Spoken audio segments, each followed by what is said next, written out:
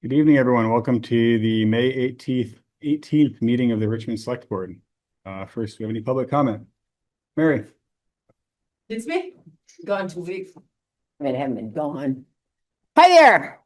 Hello.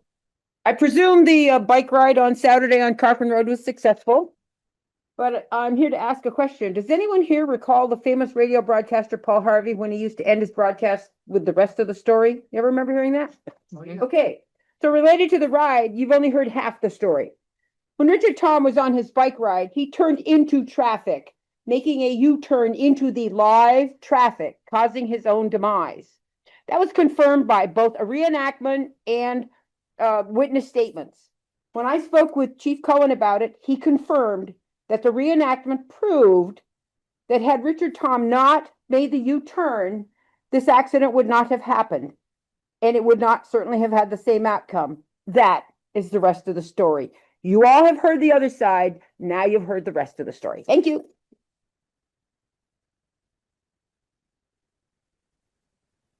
Sure.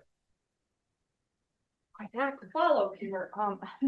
Good luck. I have a funny little tale to tell you. Lighten the mood after the last one. Really hope so. And I'm going to try to do within the 2-minute time period to respect you have a very long meeting that you have to get to. You all know where I live. I know you know where I live because when we had our basketball court, the road foreman made sure we had a permit for that. So had to make sure you all knew.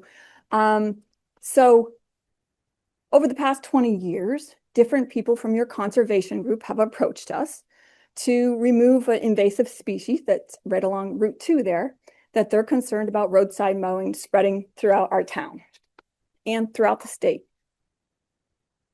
We recently, within the last month, my husband was approached by one of your conservation people on the committee to say, we'd really like to talk about having this removed and coming up with a plan and presenting to the conservation group about how to go about that. We were granting them permission to have access on our property so they could get along Route 2 and whatever they needed to do.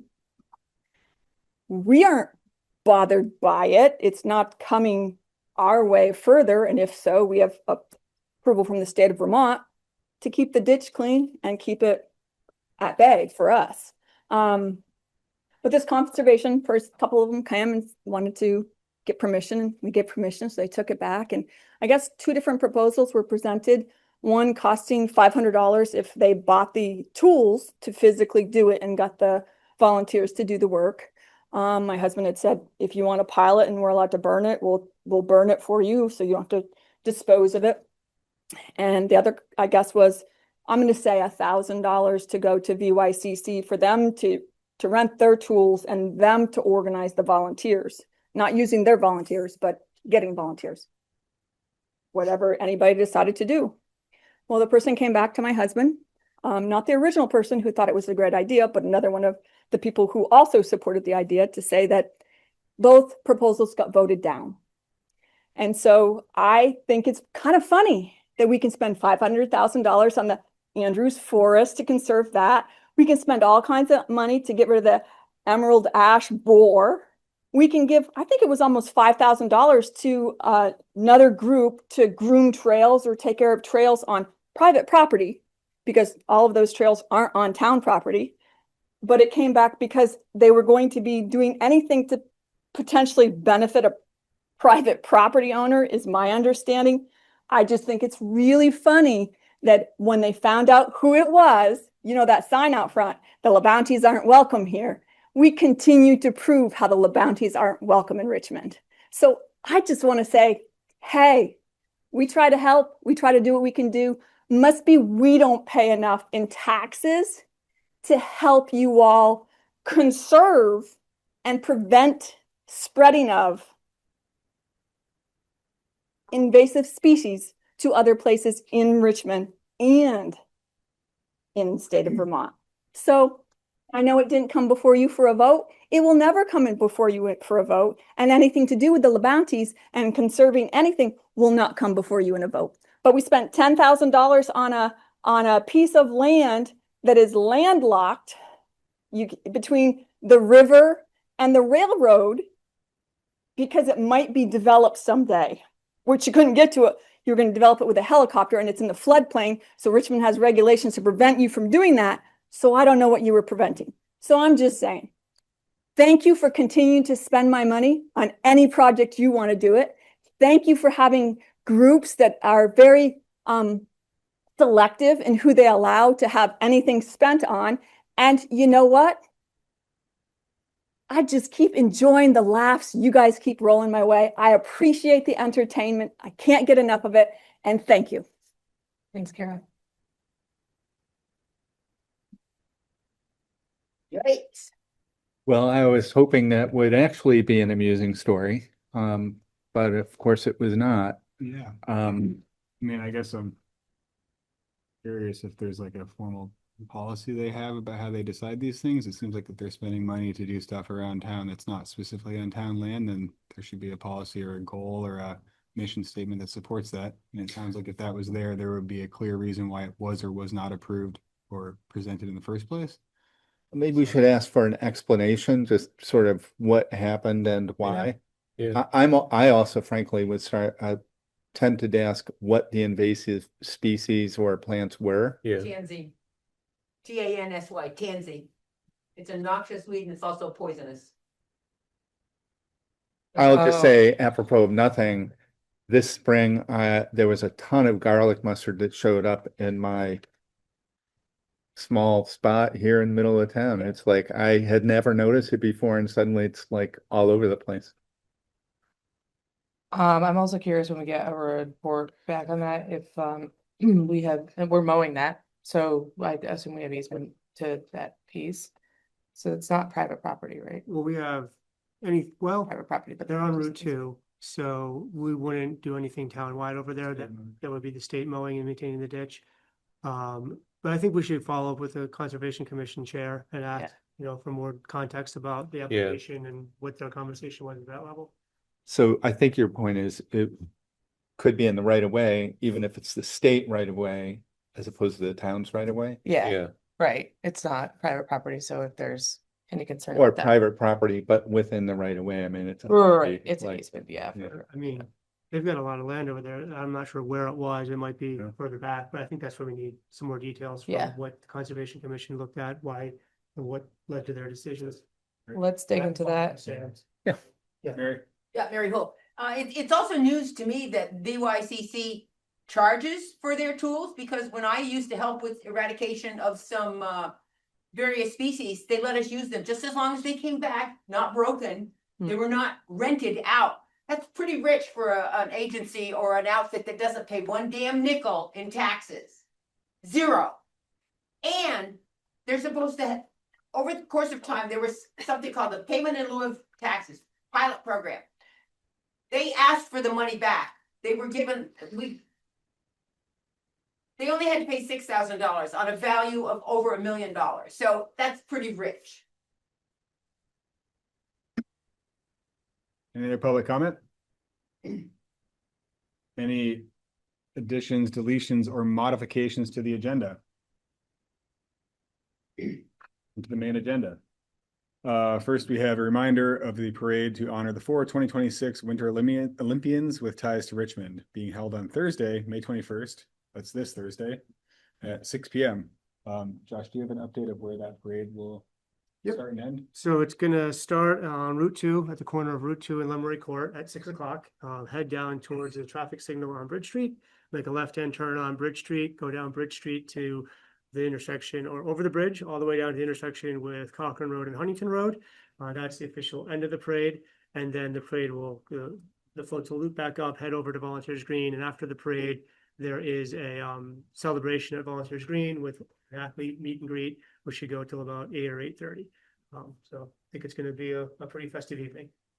David? Just want to add one of the things I really like about this town. I have a very little part in this planning. Every time anybody has been asked if they could help, the answer has been an enthusiastic yes, including, I understand you'll be helping with directing traffic. Oh, yeah. So that's appreciated. I'm just excited for the opportunity to crash your Saab. I mean, drive your Saab in the parade. Get to drive the Saab you crashed. So hopefully we can see everyone Thursday evening. Yeah, Absolutely. I will just say it's fun to work on things like this where everybody gets together and celebrates something awesome. I'll be going to watch Merrick Direct Traffic. Definitely. Well, we hope. Next, we have a reminder of the special select board meeting on Monday, June 8th at 7 p.m. here in the town center to discuss the Thompson Road, Huntington Road, Bridge Street, and Cochran Road intersection. That will be at the standard meeting time, but on an off Monday. I think that's the second Monday of June. Yep. Yep. You will be able to come in person or Zoom in, same as a normal meeting. Next, we have an update. Oh, sorry. Go ahead. Fred. Are you looking for that meeting to be public comment? Yeah, public comment discussion. We figured it would take a decent amount of time to have a real conversation about it, so we planned a whole meeting around it. We're also gonna have Pete Osmond, road foreman, will be at the meeting. Keith Oborn, director of planning and zoning, will be at the meeting, and Jason Charis from CCRPC, who's a traffic engineer at CCRPC and very familiar with the intersection, will also be at the meeting. So we'll have some experts on hand for the meeting. Correct. And I don't know the dates, but CCRPC is talking about doing a traffic count of vehicles through the intersection before school let out. I'd seen that too. I don't know when they're gonna do it, but Yeah. presumably in the next 3 weeks. That would be good data to have. Probably, maybe not before the meeting, but maybe meetings. in Yeah, I 3 know. weeks. I mean, I don't, if it's not before the meeting. Yeah, you The get window, the the week left. window was closing. It does close, so we'll see where they're at, but You might wanna sort of broaden when you're announcing about it, that you're looking for public comment and that you're Okay. having these other people. Good recommendation, Fred. yeah. Next, we have an update from the Richmond Historical Society on routine maintenance at the Round Church. Turn it over to you. So then I am not 3 parks. I'm not a private citizen. I'm the president of the Historical Society.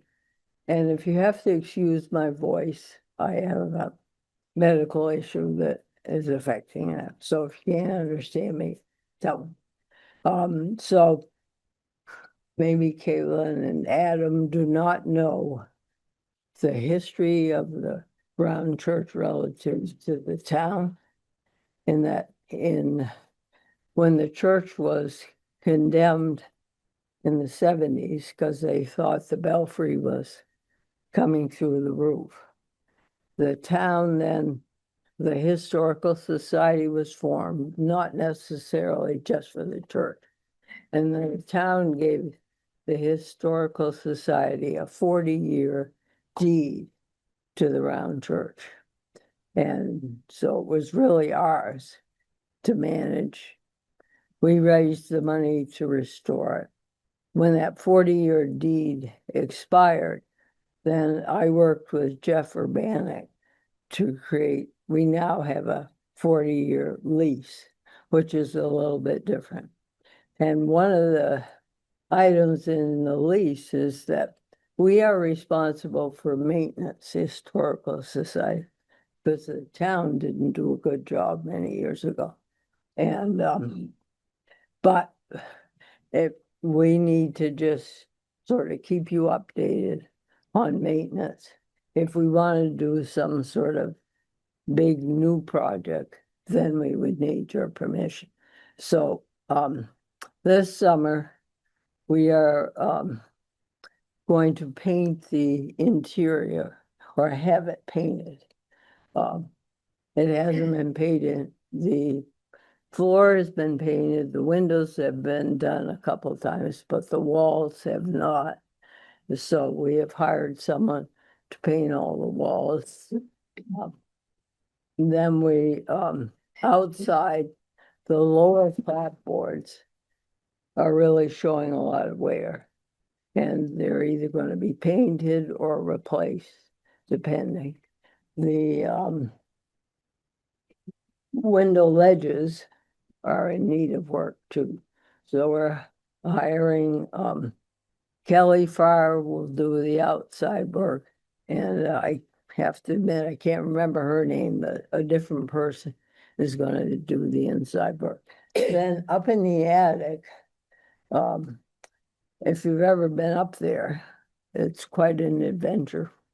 Because you have to go up an extension ladder through the ceiling.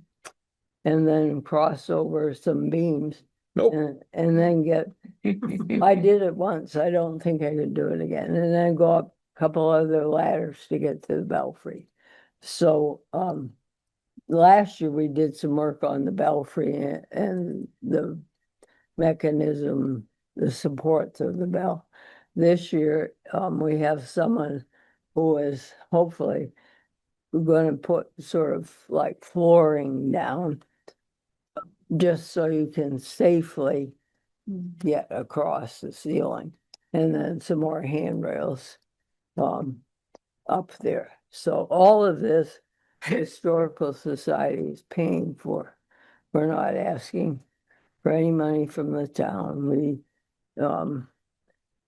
We're not flush with funds, but we have the money to do that. So I'm just here to let you know what we're gonna do and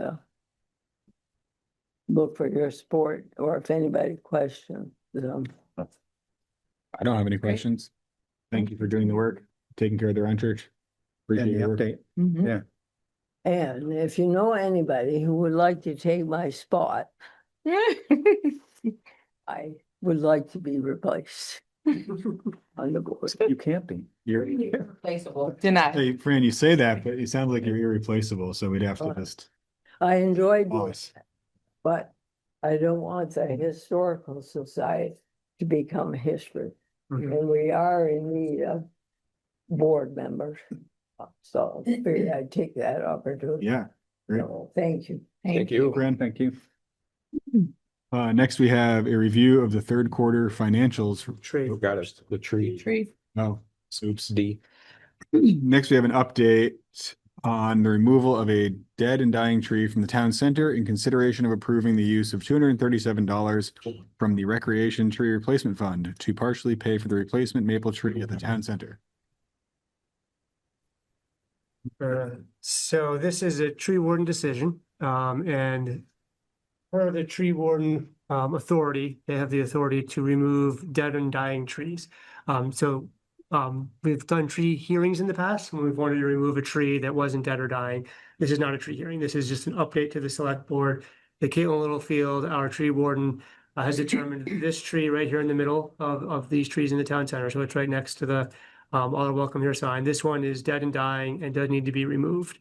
There's a better look at it. It's actually leafed out a little bit more now. And if you look at it from sort of the north side, you see it's got like a big hole almost in where there's a lot of things not growing back. We also looked at the two trees on either side, determined that those just need some pruning. So we'll be doing some pruning on those trees to kind of prune them back, keep an eye on them. I also want to thank Mary. She's been in consultation with Caitlin on the trees as far as which need to be removed and which should be pruned.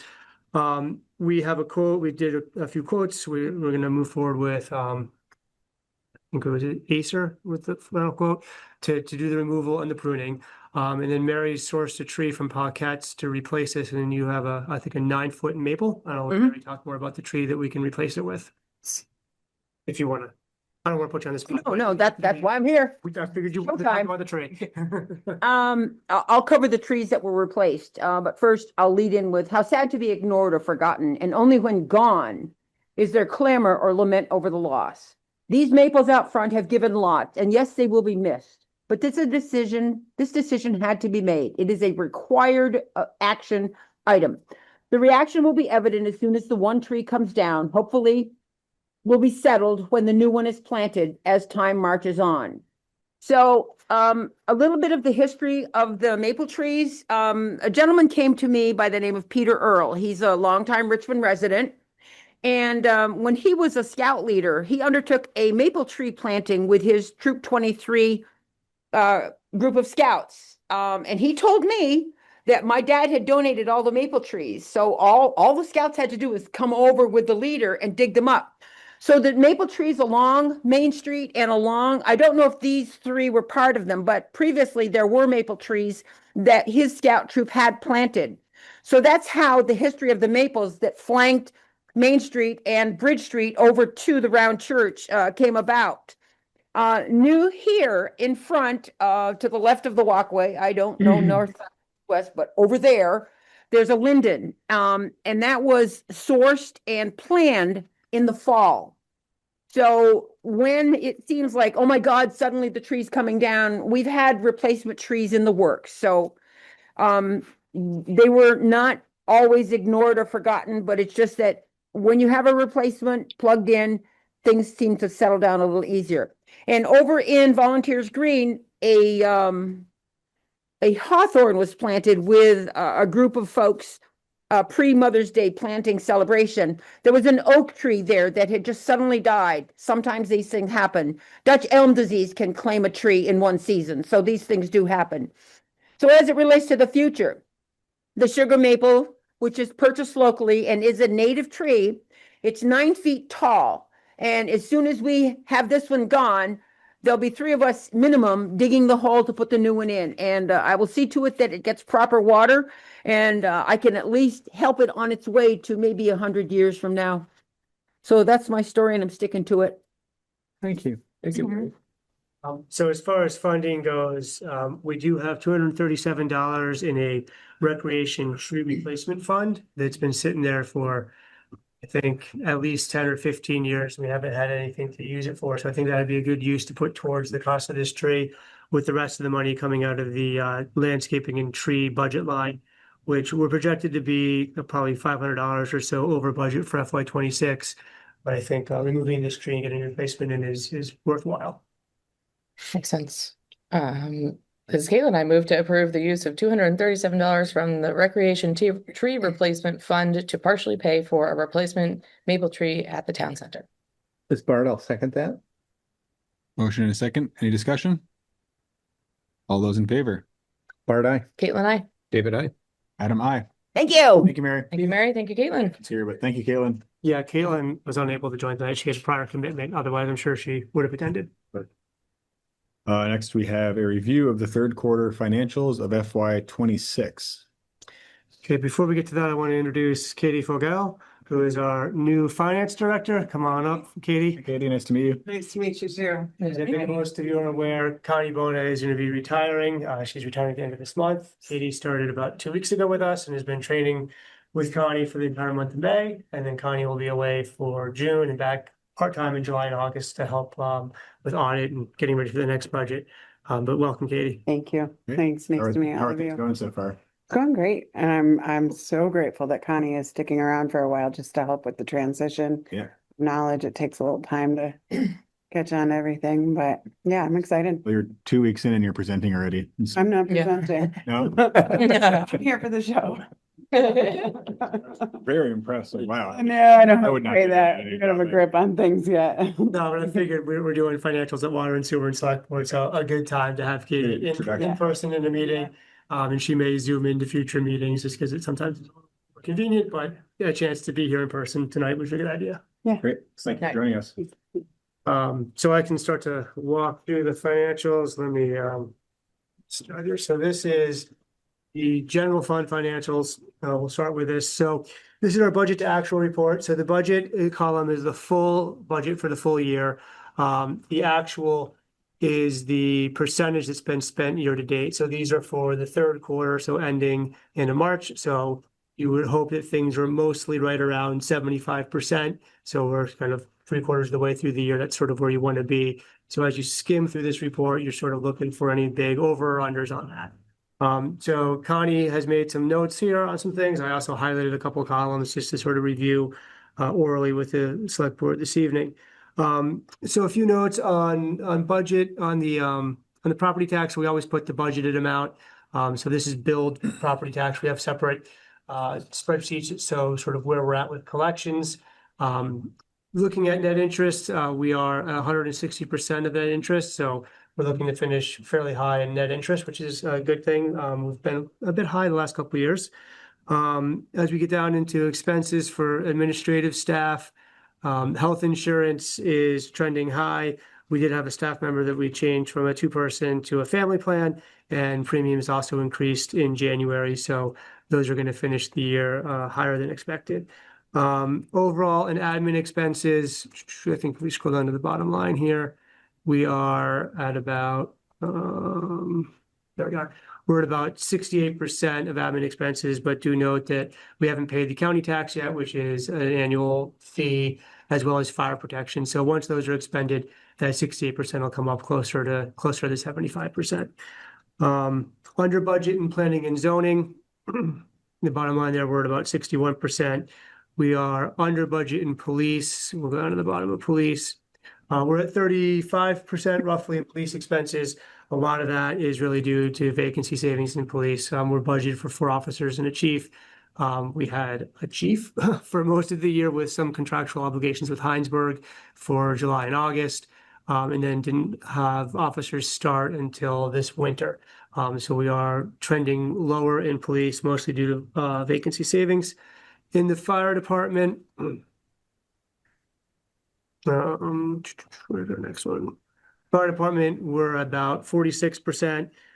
We have some savings in salaries, radio repair, also the needs assessment. We budgeted about $25,000, and we did not find the need to actually spend that in FY26 due to some conversations with the chief and some pro bono work that we received for that desire or that need. And then, so that's a sort of a quick overview of the general fund that doesn't include highway. I'll pause right there if there's any questions on the general fund before we move on to the highway fund. All right, hearing none, on to the highway fund. So salary and benefits and highway, we are bottom line at about 80%. I think a lot of that has to do with overtime. If you look at our overtime, we're at 131%. It was quite a snowy and active winter, so a good amount of overtime for early morning and late afternoon plowing. Buildings and grounds is at 89%. You'll notice though that Pete has spent most of his garage maintenance. He did a big renovation of their break room, which also doubles as their training room. So we don't expect really any more expenses on that. Although I think there's a couple of things to catch up, but we'll be maybe a little over the 10,000, but not significantly. So I'm not concerned that we're at 92% there. Vehicle expenses are looking pretty good. We're at 62%. I did notice diesel fuels at $27,000 of 65. We're only at 43%. I want to follow up with Connie. I didn't notice that fully until today to see. It just seemed low as Pete and I were looking at it this morning, especially after a busy winter where we had more overtime. So I just want to double check on the diesel. And then road maintenance expenses at the end of March, we're at 38%. Let me zoom in a little bit, it gets fuzzy. Sand, we were over budget. We had a salt shortage this winter. So salt, we were slightly under budget, but we had to buy more sand to kind of accommodate for the lack of salt. That 92,000 in salt will be up fully expended to 100,000. Pete bought what he could at the end of the winter to make sure he has some on hand to at least start next winter. So I think a good use of the current budget to be ready for the next coming winter. Let's see what other notes do I have on the highway. Yeah, that's the basic look at the highway. I think I just again, have one question that I wrote down before you did Yeah, this, Josh. go ahead. So the sand was over. Does salt happen to be under because we couldn't get it, or is it just very expensive because it was? No, so salt was under, but as I just explained that Pete's sorry. no, that's okay. I think sand was over because we had a longer winter and we had less salt available to us, so that we had to mix in more sand. But Pete is going to expend, I think he already has, because remember, his testament included April or the first part of May. So he's going to spend that full $100,000 in salt. The idea being he wants to stockpile whatever he can for the beginning of next winter. Got it. So that he's ready to go. In case it's unavailable again. In case it's not available again, yeah, I think you sort of take it when you can, because this isn't the first time we've had salt shortages. This one seemed to be more acute than others, and I think Pete's kind of getting ready. So I never noticed the roads being bad, so. No, they do a great job, and even when they're short salt, they're able to mix in the sand. So kudos to Pete and his crew. Very anecdotal, but it seems to have worked. Yeah. We will also take a look at, oh, see, there's another, sorry, I got a few too many things open. Nope. Let's see.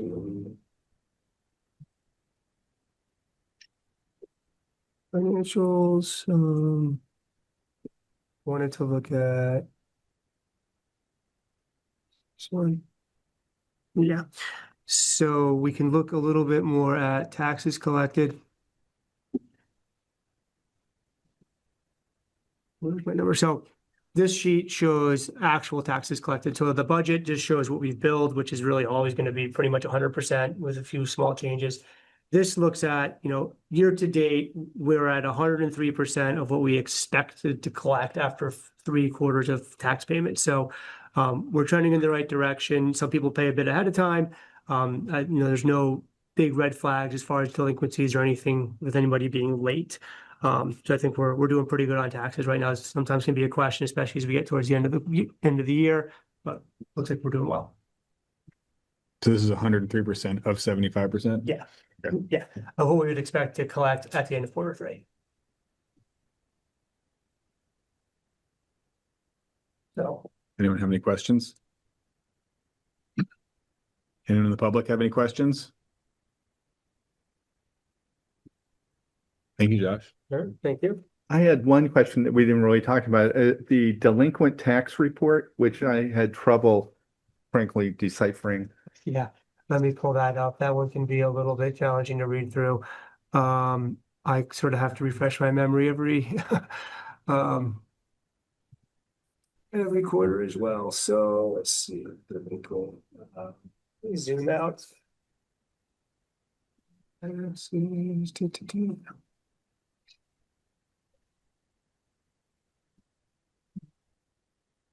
So it's $109,081 past due, which is 1% of 75% of the total.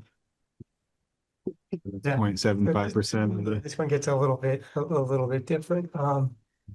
And the tables really, it shows that most of the delinquent taxes are owed for 24, 25, and it really drops off quickly in previous years. Yeah, and so just a note too about so delinquent taxes don't become delinquent until the final payment. So So throughout the year, they're late, but they're not delinquent. until the final, until the May 15th payment. So anything anybody's late on May 15th is now delinquent. So that's when it gets into this report.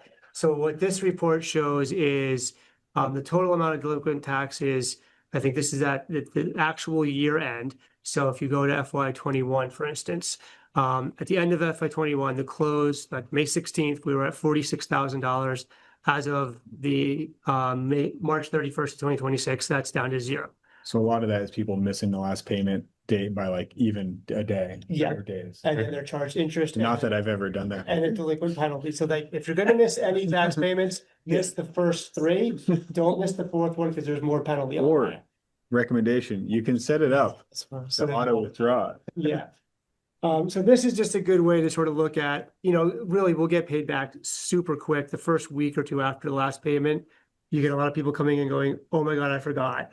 And so it gets paid back pretty quick. But as you can see, there's a couple $100 from 22, 23, 24 that we're still working on collecting.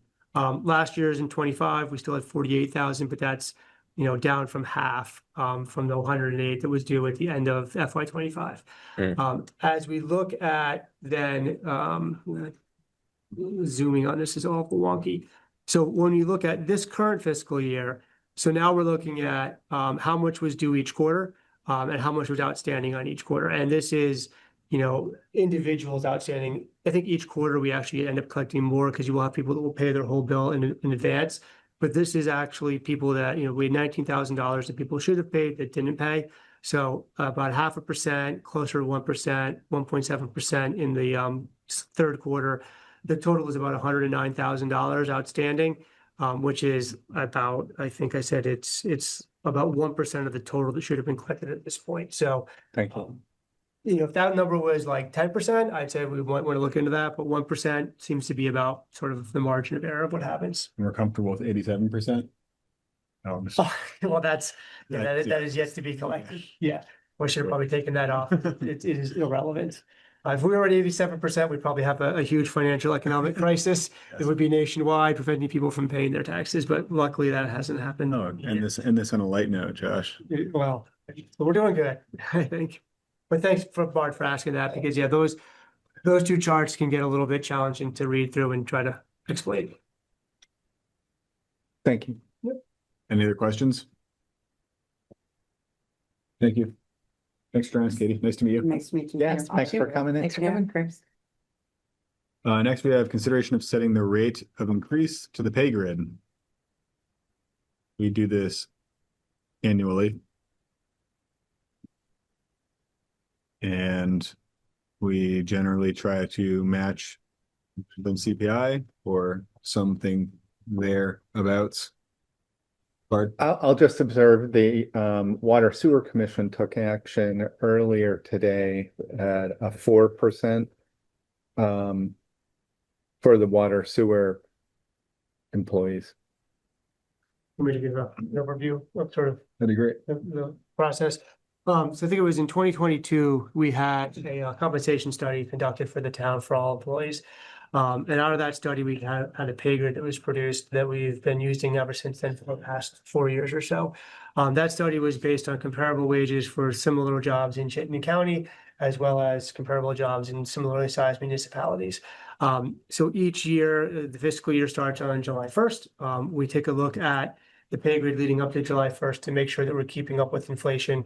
The idea being that we want to keep our grid current with what other towns are doing, assuming that other towns are probably also increasing. So that then keeps our wages competitive with similar jobs in other municipalities. Each July 1st, the pay grid will go up by the percentage determined by the select board. And then assuming a positive review, employees will go up one step on the pay grid. So they're rewarded for their years of service and having a good review. And then the pay grid goes up to try to make sure that a similar years of service at another municipality is paying about the same amount that we are. So we usually look at the New England number for CPI. This year from April of 25 to April of 26 was a 4% increase. When we build the budget, we sort of have to take our best guess. So as we built the budget, we based all the projected FY27 wages on a 3% increase. So the budget that we have currently in place for FY27 is based on 3%. So I took a look and tried to run some numbers to say, well, how much more would 4% be over where we're at in the budget? So it looks like it would be about a $20,000 increase across all departments, not including water and sewer, because that's voted on separately. So Josh, this is the difference between 3% and 4%? Yes. Okay. So this is the extra one. If you do 3%, then we're going to come in mostly on budget, assuming there might be some staffing changes that would affect that differently. But if everything stayed the same, we'd be on budget. To give you a sense of scope, the total compensation for all employees, so that includes wages, taxes, benefits, in the budget is at about $2,571,000. If we went up to 4%, it would be $2,592,000. So $20,000 increase on a 2.5 million portion of the budget. Or do you have any thoughts? Well, we have the advantage of having talked about this earlier at Water Sewer Commission. So we talked briefly about inflation being higher than anticipated and perhaps less predictable than ever looking forward in the next year. And I noted that state employees get on average a 1.9% step level increase. That varies because some of the step levels don't happen every year, depending on length of service, but then are getting inflationary or COLA increases of 2% in July and 2% in January, which is, of course, then about 4%.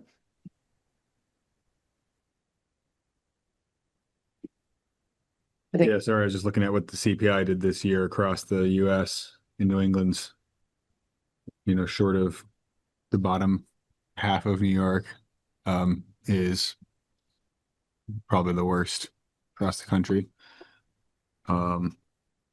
Yeah. So what do we, I guess I have my own thoughts. I mean, if we're not at least keeping pace with inflation, we are losing Pay. we're reducing pay. Yeah. No, I'm comfortable with 4%. Yes. And I know that as someone who gets paid now, and also as a business owner, I mean, once you don't remain competitive, you have a big hole to dig yourself out of. Once the symptoms of that actually show to the town or the entity or the business or whatever, Yeah. it's hard to dig back out. And the money's not always what it takes to dig back out. It's rebuilding a department or we're small, so one or two key people being lost would be catastrophic. And expensive. Kara. Can you hear me? Yes. Yep. A couple of things to take into account. I don't think, I'm not in favor of overspending the budget line item.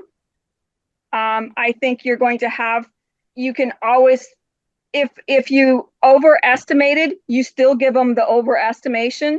You don't tend to ever be conservative on your spending.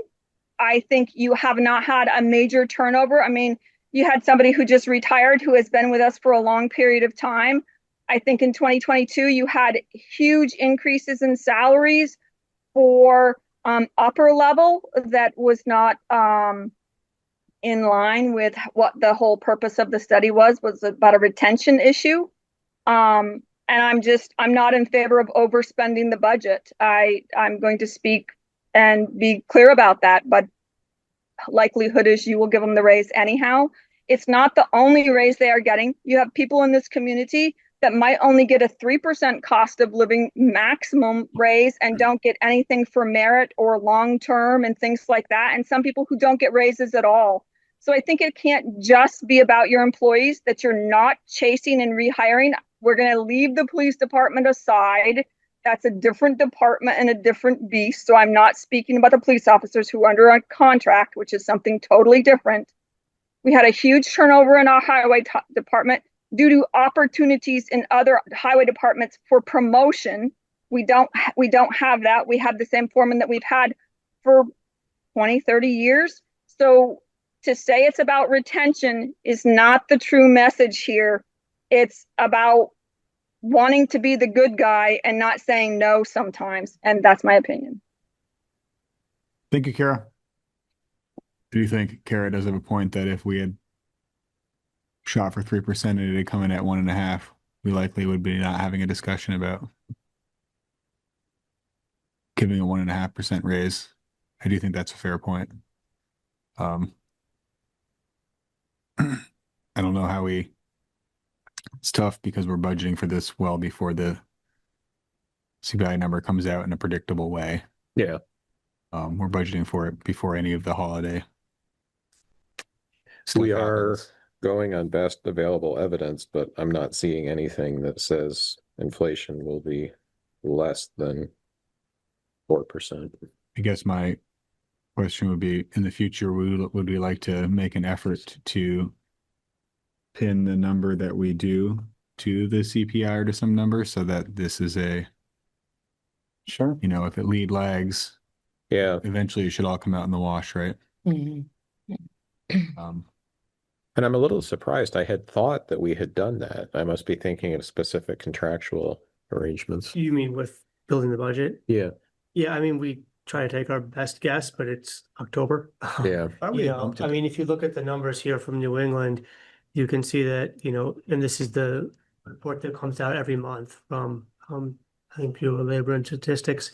So we were at 1.2% in March, 2.6 in February, 4.0 in April. Oh, so it escalated. Yeah. Oh, yeah. Ramped Yeah. up. Oh, okay. So it's, The 3 might have been a reasonable shot. I think back then, yeah, I mean, if you look at the last 8 weeks, alone, it's been fairly dramatic increase in inflation and gas prices. So I think Right. that's taking this number up higher. Who's to say where that's going to be? I mean, you could also look back and say, okay, yeah, well, it was 1.2, 2.6. Will it come back down in the next couple months? who's to say? A question from Kara. Did we only give 2.9 last year? No, we did 3 last year, and I The would, CPI in 20. well, let's see, this is saying in March from, then it's changed to March 26. I'd have to look back and see. I think it was right around 3, but I would have to look back and see what report we actually used last year. So I'm not entirely familiar with this report. It seems like it shifts. Yeah. Yes.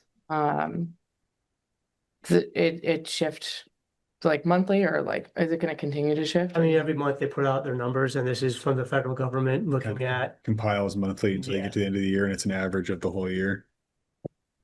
well, yeah.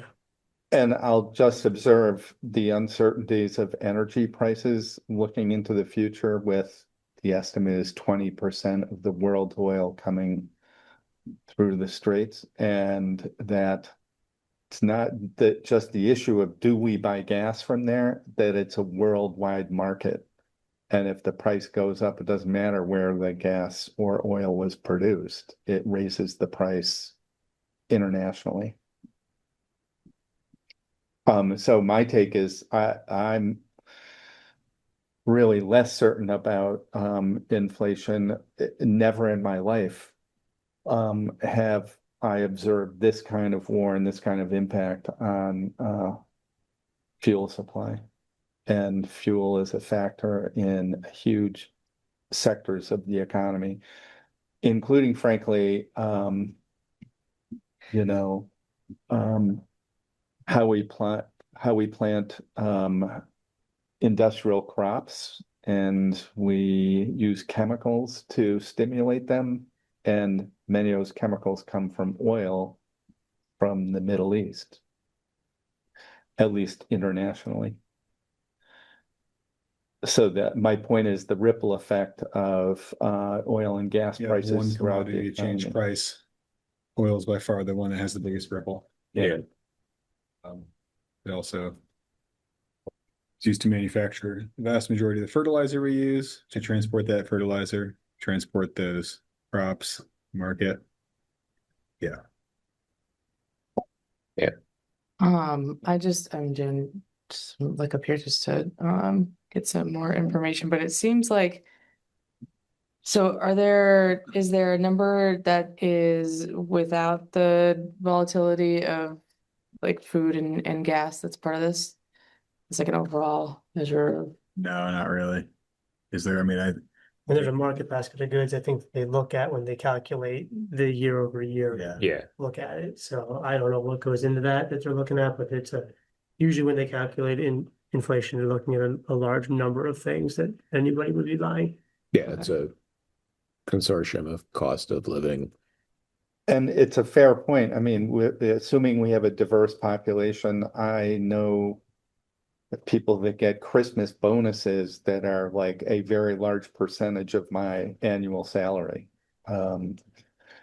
So I don't know how to peg this against other workforces or individuals, either in our town or across the state. Seems like we could pick two directions. We could, two defensible solutions. One would be to match CPI. The other one would be to stick to our number that we picked. Connie? Just letting you know from the economist point of view that there's a figure called core inflation, which excludes volatile items like fuel and food, currently estimated as of May to be around 4%. So there are a lot of different ways you can peg it. so Yeah. okay. And I'll observe while consistency may be the hobgoblin of small minds, I'm inclined to stick with 4% as we decided earlier for water sewer employees. Yeah, my thought is 4% would be the safe bet. My personal prediction is actual cost of living will be significantly higher. I think 4% is a conservative estimate, but it's one I feel comfortable with. Yeah, I will say the economics of this are well outside of my wheelhouse. Yeah. Um, Okay, well, I feel comfortable making a motion. So this is David. I move to increase the town pay grade by 4% for fiscal year 2027. Is Bart, I'll second that. we have a motion and a second. Any more discussion? I just,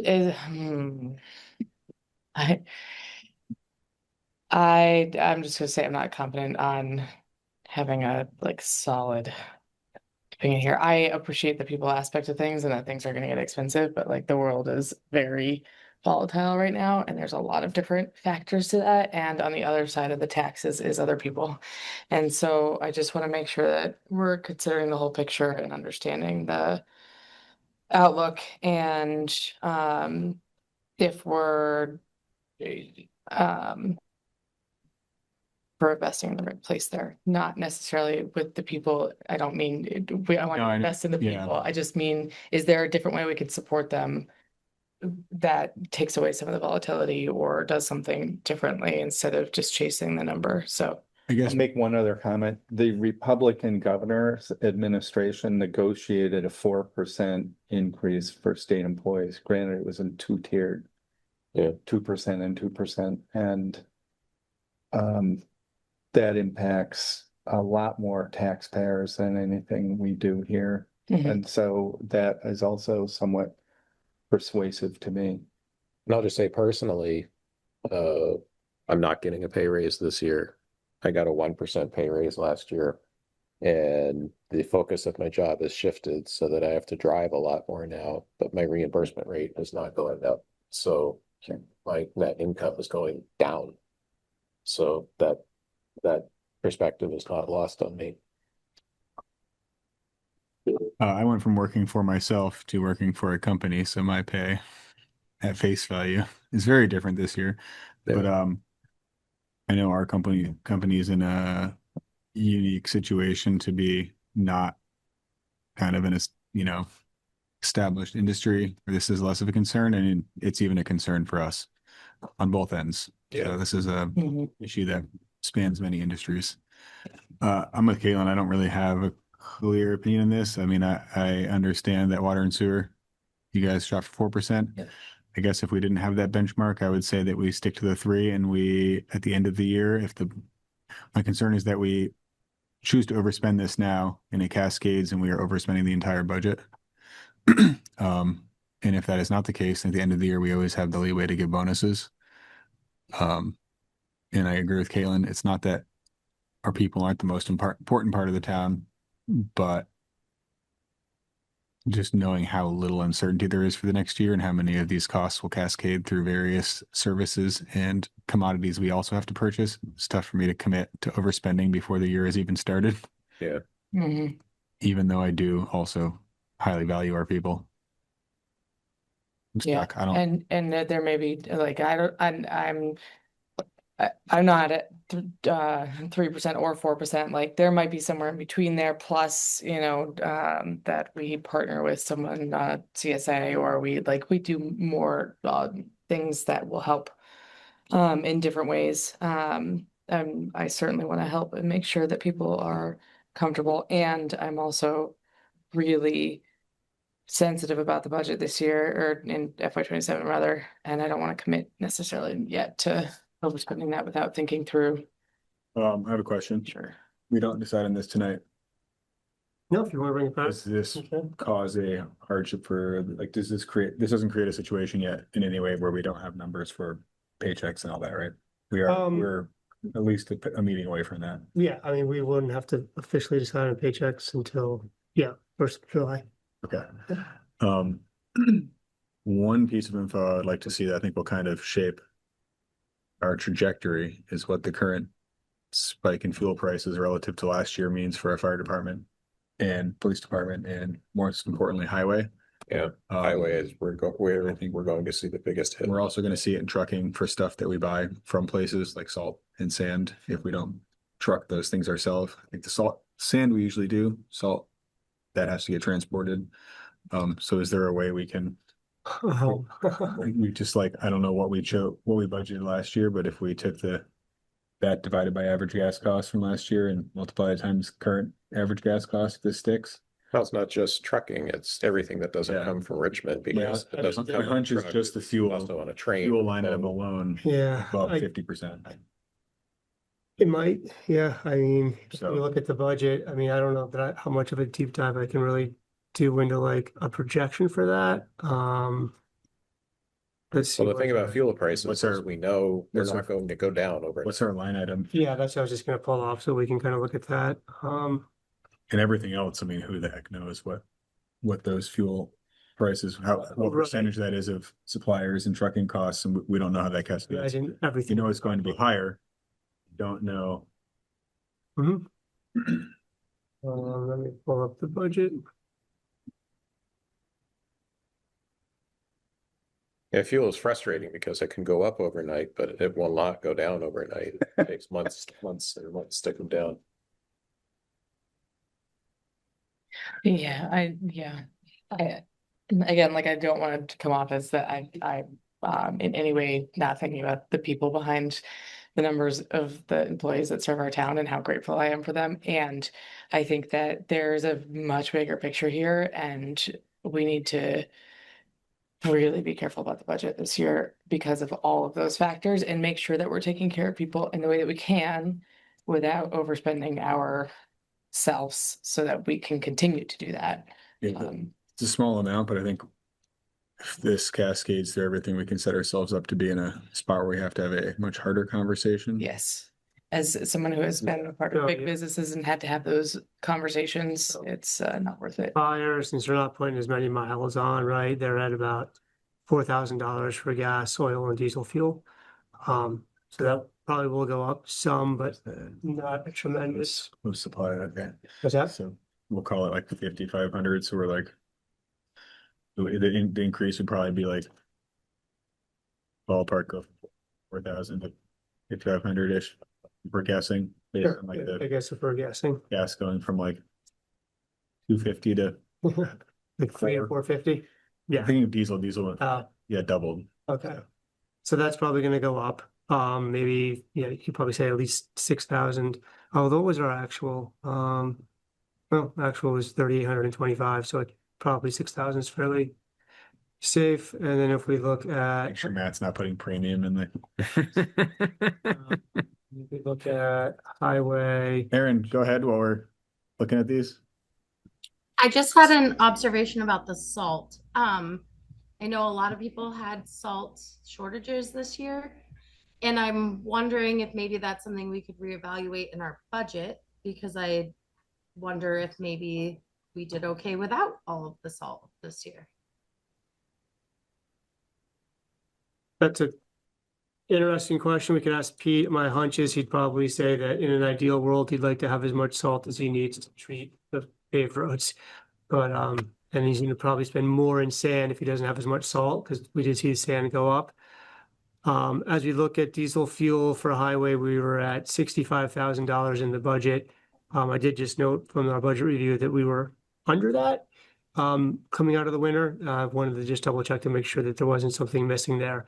Our actual in 25 was 51,000. And I think our actual right now is less than the 65,000, which you'd expect it to be closer to that after the winter. So I'm I sure would- the diesel fuel too, having come off of 2 years with floods.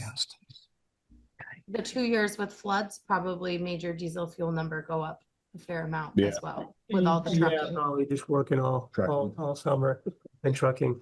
Well, we hired out a lot of the trucking, so that really wouldn't have come directly from ours. We had Yeah. other folks dealing with that. So, 65,000, I'm not sure exactly how much that's gonna go up just based on on looking at the financials, which I think do still have those up. Even if we took the actual spend and did like 1.5, we'd be ballpark 10 grand over.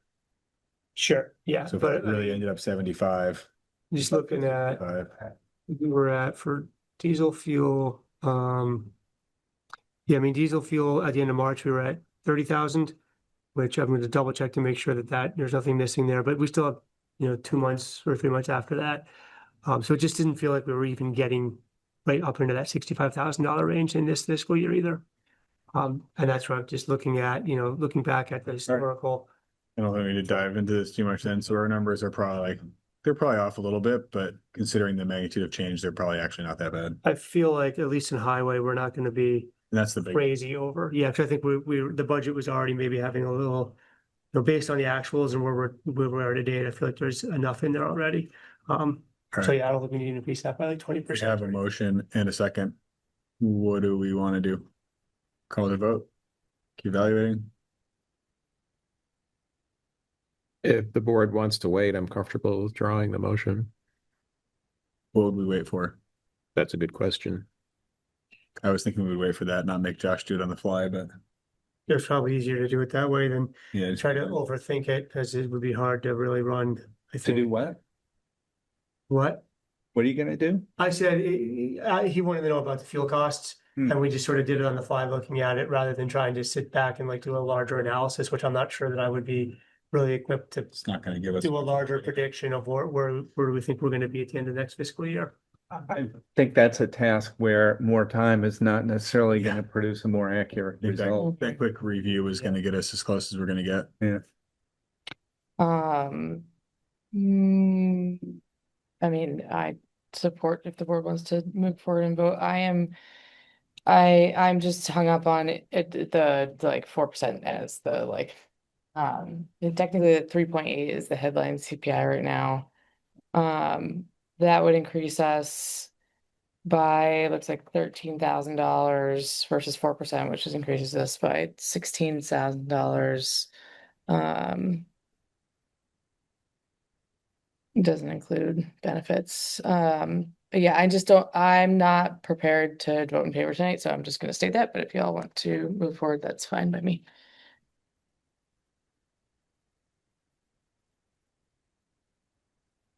Calling it to a vote. Or I. Caitlin, nay. David, I. Adam, nay. Let's wait for Greg next week. Rehash it. Everyone, can we all think about kind of what are, I don't know. Yeah, I just need a little more time with Guess the let's data. go with one or the other. I'll think about what brings me comfortable with 4%. And yeah. Again, like I just want to make it very clear, I very much support our staff, and I will continue to make sure that they are supported in the right way. And I want to make sure that our town is supported and that we can continue When you said to. 3.8 CPI, what's that? Is that the national number? It looks like that's a headline CPI. I'm pulling this from not That's reputable data. That's probably the national one. Yeah. The number we use is specific to, I mean, Yeah. just, We don't do Vermont.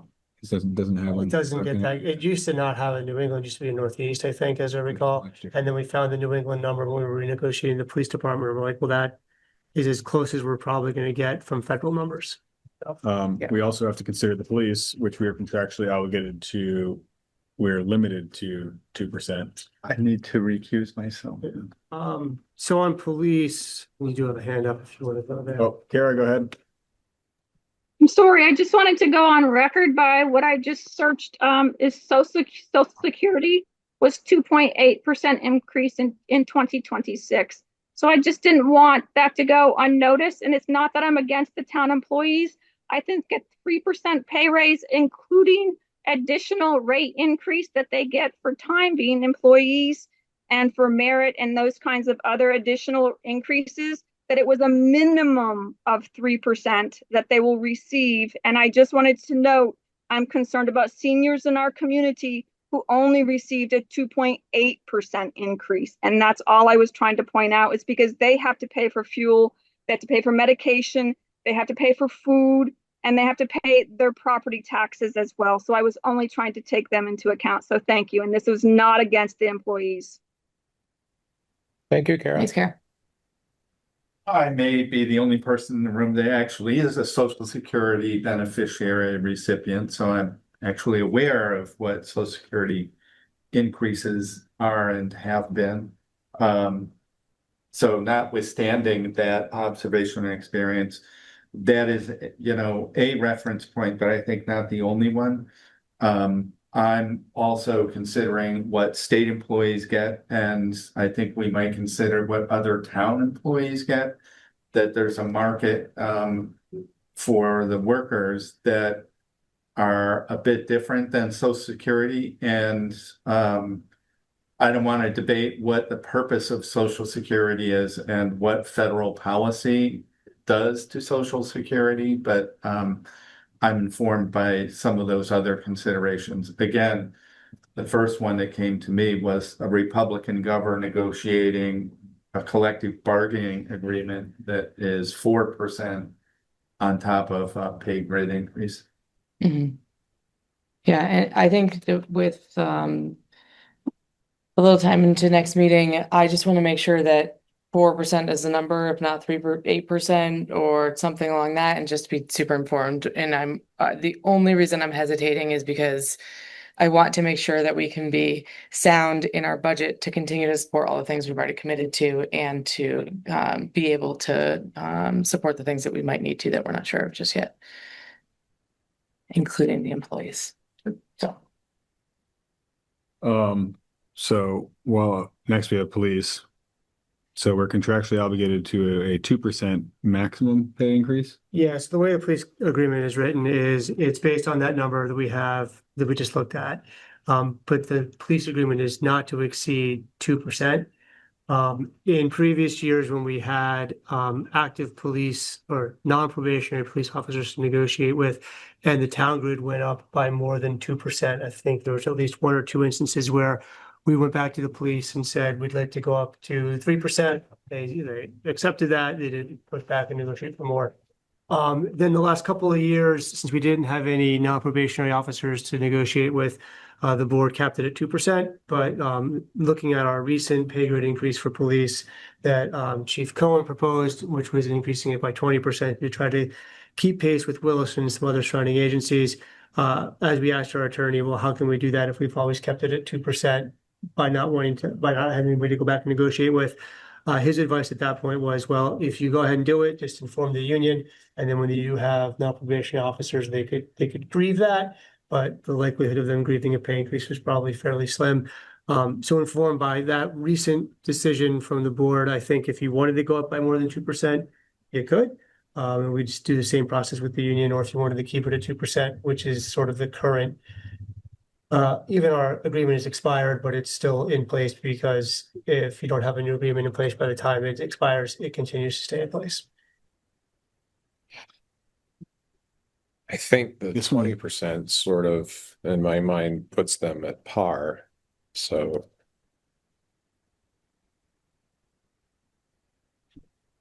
Yeah.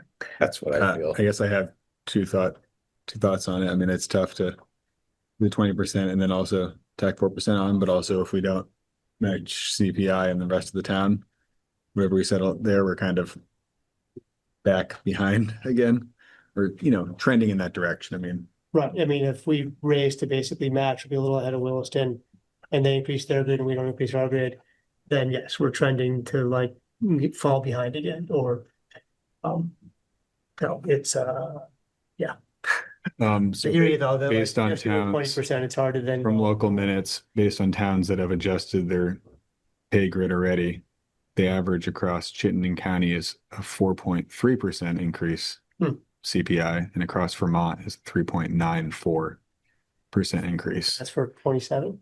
That's for the FY. That's of the towns that have publicly approved that already. Are you able to find that? Is that Yeah, it's kind of AI search?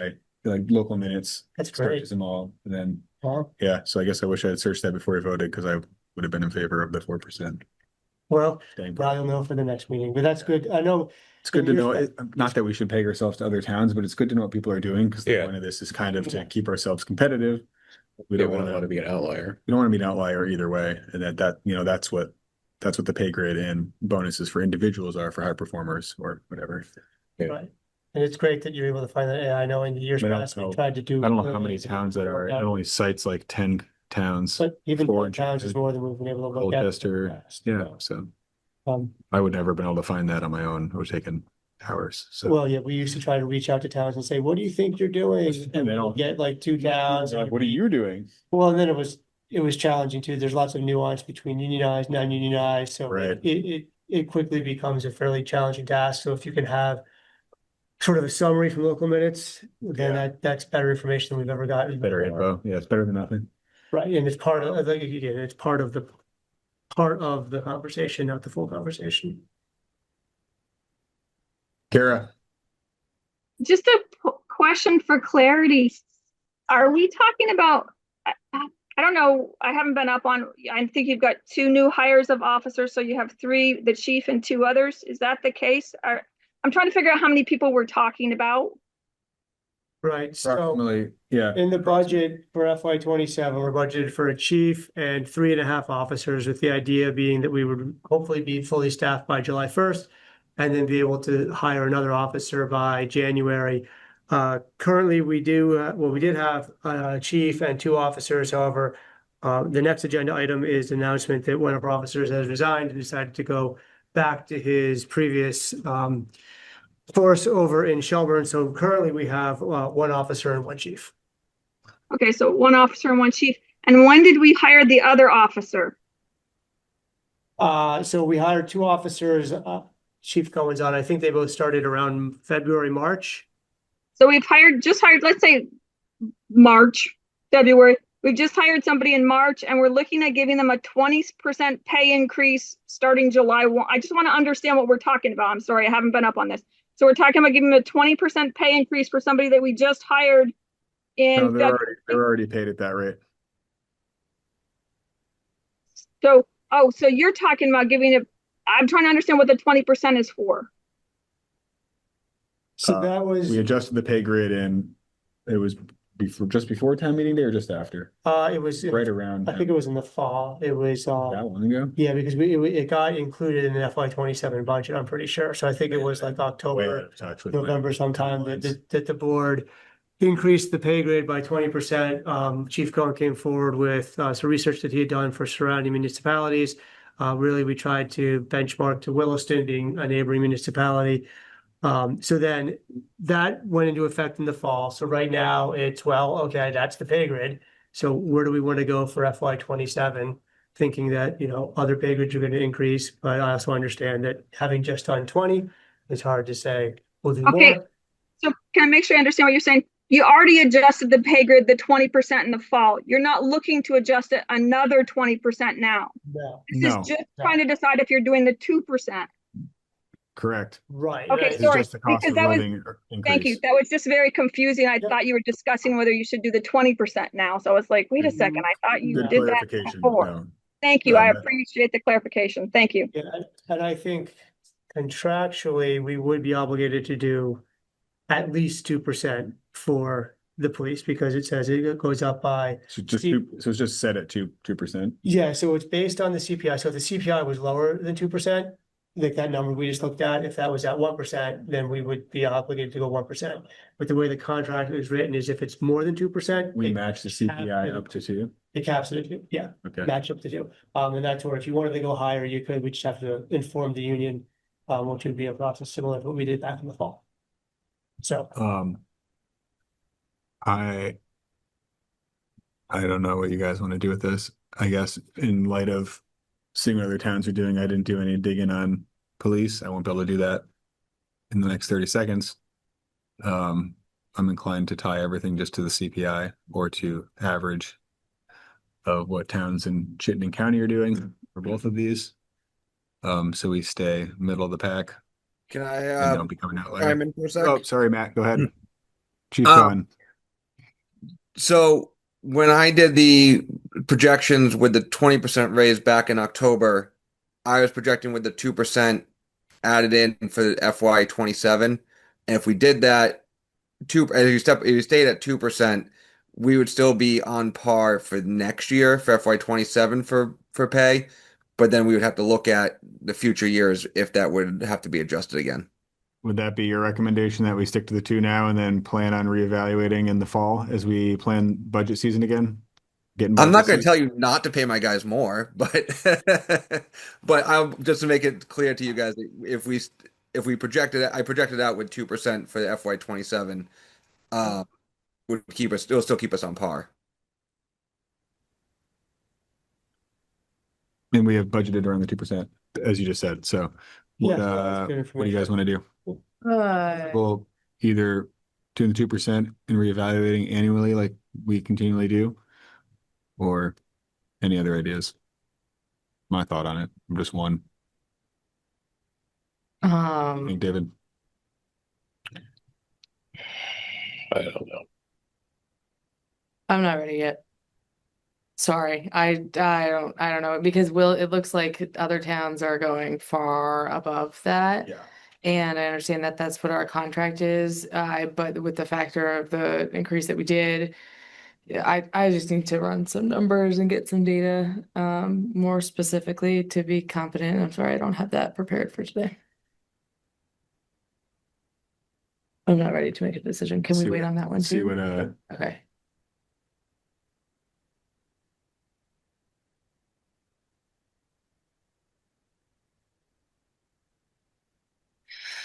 all right, we will punt that and do it again next week. Yep. sounds 2 good. weeks. In 2 weeks. We'll be much more prepared. I apologize to the people that this affects is in their own budget planning. There, so. No, it's- themselves. Oh, Namely Josh and it's fine. Kate, now Katie. Okay. No, I mean, we'll be fine. It's all good. I'm glad we came a few meetings ahead of July, so they have some time for some more thought and discussion. It sounds like everyone stuck to their union budget, the agreed contract, the contractually agreed increases in Chittenden County. Everyone did. Is that what Yeah. the local minutes is said? So we would be the only one that would not have done that. Cool. So if that, I mean, I'm comfortable just pegging us to that union contract, if that matches what everyone's doing. If you guys are, I wouldn't want to, I'm just thinking too. Okay. or do you want to wait a week? I would rather just overall wait a week since it Okay. doesn't hurt anything to do that Good. and just take a minute to. Thanks for that long discussion with no conclusion, everyone. Mhm. Hard, would you like to hop back in? Well, our next one is an announcement of the resignation of a police officer. Josh, I think you kind of touched on that. Yeah. We had an officer, Blake Allen, has resigned from the Richmond Police Department. He decided to return to the Shelburne Police Department, where he had worked prior to coming to Richmond. That leaves us with one officer and a chief. Chief Cohen is continuing his recruitment efforts. Hopefully it is fruitful. I know we've had a lot of interest and a lot of interviews over the last 4 months or so. So hopefully we can provide an update on that soon. Is there anything you'd like to add? Nope. Next, we have consideration of approving a pay plan for police officers to screen calls for service when Richmond officers are not on duty in a possible executive session. So, Carrie, your hand's still up. Is that regarding this consideration of approving pay plan, or what's that about? No, it's just a question on the officer resigning. I know sometimes you guys have suited them all up and bought uniforms and bought equipment for them and all of that kind of stuff. Had that time period. Do we have any clause that if they resign within a certain time period that they have to, I don't know, or do we, I don't know how that works. I don't know how many thousands of dollars you've spent to bring in an officer for the equipment and things like that. And if we have anything built in to protect the town on that. I mean, I don't know, even if we did signing bonuses, is that for a period of time? I mean, how does that work for you guys? I want you to encourage officers. I don't want you to discourage officers, but I just didn't know how that worked. There's no signing bonus. We don't have any clause as far as length of service and repayment of any uniforms that we've outfitted them with. There's nothing currently in the contract for that. And I don't know how much equipment we gave that's personally fitted and it can't be reused. I don't know, Chief Cohen, you have an idea of what we can reuse versus what is a sunk cost that had to. It can't Yes. be another officer. The only thing that was personally assigned to that officer was the ballistic vest, and the Shelburne Police Department was willing to buy that at cost from us, and which they have done. Thank Perfect. you. That's wonderful news. I appreciate the update on that. So that's definitely good to hear, and good luck with hiring new officers. Thank you, Kara. All right, we're gonna hustle now because we're 40 minutes behind and we're only a third of the way through the agenda. So,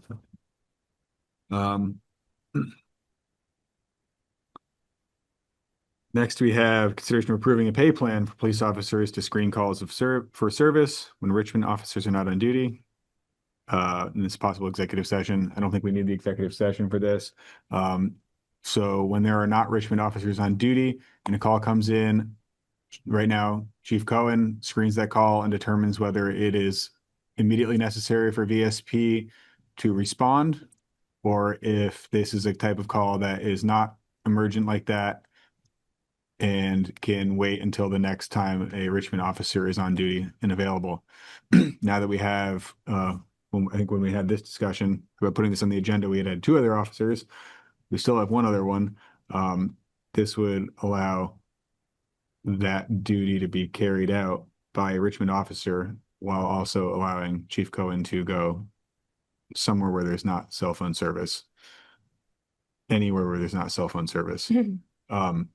So I think was the agreement wasn't posted, was it? Oh, no, because you want me to share it? It's, Yeah, I mean, are you guys all comfortable with sharing the agreement, or do we need to or not need to? Or you're allowed to, it's just, you could keep it in executive session until you make a decision. Matt, or are can share are it. you comfortable with us sharing that?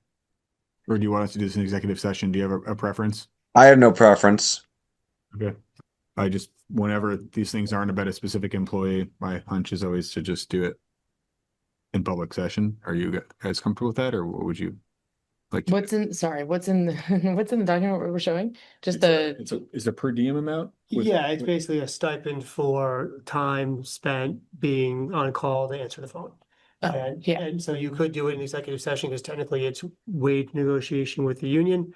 But Recommend that? I think for this instance, it's a small enough issue where you could do it in public session. I'm not too concerned. Okay. Well, let's do Swap it. it out. So this would also not be an increase in pay to anyone. It would just take the pay that Matt is currently getting. Sorry, Chief Cohen. Sorry, Matt. It's nice to be able to refer to you formally, but in meetings, refer to you by your proper title.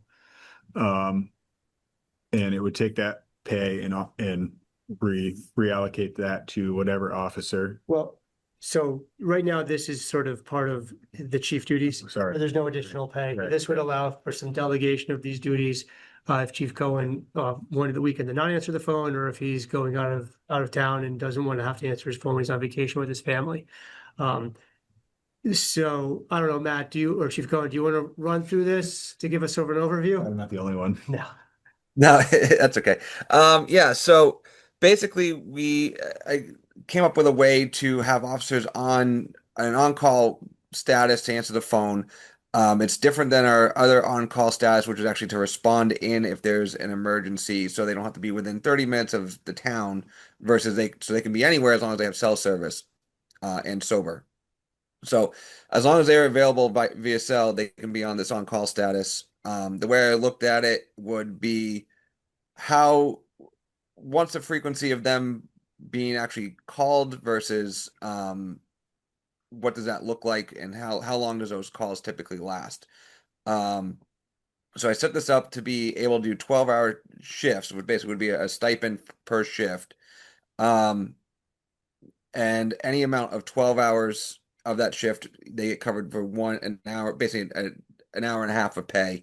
The idea of if they get a call and they're working, they'd be getting paid a time and a half anyway.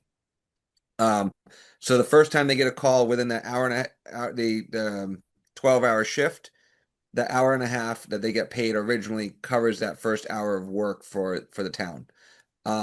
In the history and how this has been set up with the VSP is a lot of times they'll call 1 to 2 times within that time period. I've been screening the call. It takes 10 to 15 minutes on the phone, screening the call, going through it, making sure that the Vermont State Police is responding to the call appropriately, and then getting follow-up if there needs to be follow-up afterwards. All that usually happens within about an hour period. So a lot of times this happens once for the 12-hour shift, and that's it. If it happens a second time or a subsequent time beyond the 1 hour, so let's say you get a call at 1 a.m. in the morning, from 1 to 2, however many calls they get, they screen them all within that hour of work. But if they got a call, let's say at 3 o'clock in the morning that same night, they would get another hour of work that they would get to stipend for. So you get a second hour and a half of work. I don't know if I'm confusing you guys, but if we're following along on that. That makes sense to me. Okay. And I'm in favor of this. I think that this is a good way for you to not have to be at your phone 24/7, and also to, I mean, there's a possibility that there's a time when you cannot be available to do this, not because of a vacation or commitment, but if something were to happen medically or family emergency, it's not reasonable to have only one person be able to do this. Yep. So, Mr. Chair, Bart is a member of the public. Yes, the question is like a member of the public. So is this taking duties that are otherwise performed by the chief and giving it to an officer? So this right now has been only put on my plate, but any officer, so Vermont State Police are just requesting that any Richmond employee screen the calls and determine if they're an emergent need for them to respond, or if it can be held for one of our employees to come on at a later time to follow up with it. So the only thing I will say, and I'm walking a line here, is that in my experience in different collective bargaining, when an employee was taking on the duties of a higher ranked employee, that the collective bargaining suggests you treat them as though they were that higher ranked employee and you pay them at that higher employee's rate, not whatever your employee rate was at the lower position. I guess. So, that's my only comment, that you may have already sorted out all the. I mean, is this expressly a duty for the chief or a chief? So I guess I would say like there are ways for officers to be on call. And they can be on call, and when they're on call, they're not serving as a chief, but they're on call to receive calls and to respond to calls. This is actually less of a duty than that. This is just getting the call and screening it and then telling Vermont State Police, yeah, we need you guys to go respond, or this can wait till Monday. So if they were actually on call, they would get, I think it's 25% of their salary per hour that they're on call, within additional considerations if they actually got called in and had to respond to a call.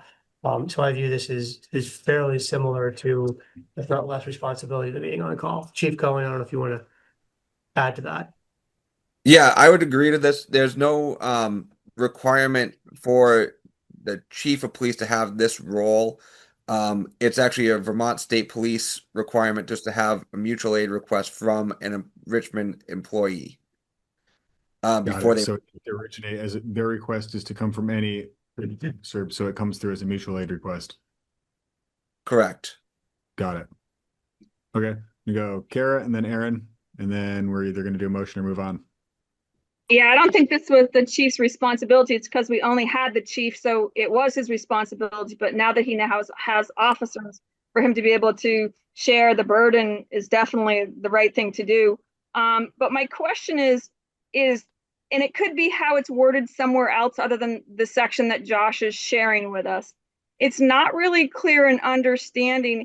It almost makes it sound like this 12-hour shift that you're paying them time and a half for the full 12 hours versus when they receive a call, they will get time and a half for that time period that they're taking the call for a minimum of 1 hour. Is that how you're explaining it, or are they getting time and a half to just be on basically call sorting service, this call screening service, and they're making time and a half versus them being on duty? It could be. They're not making time and a half. They're just getting paid for 1.5 hours total. Okay. Of their hourly rate. So they're not getting paid time and a half. They're getting paid for 1.5 of their. Right, so where it says rates. 1.5 times 50, I think it just has, it should say 1.5 times the rate for the call period with a minimum of something. You know what I'm saying? Because it just appears like it's 12 hours.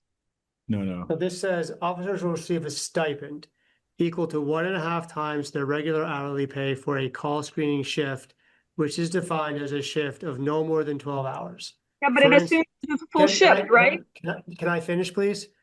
For Shift. instance, if an officer earns $50 per hour, they will be paid a total of $75 for a shift up to 12 hours, which is 1.5 times their hour.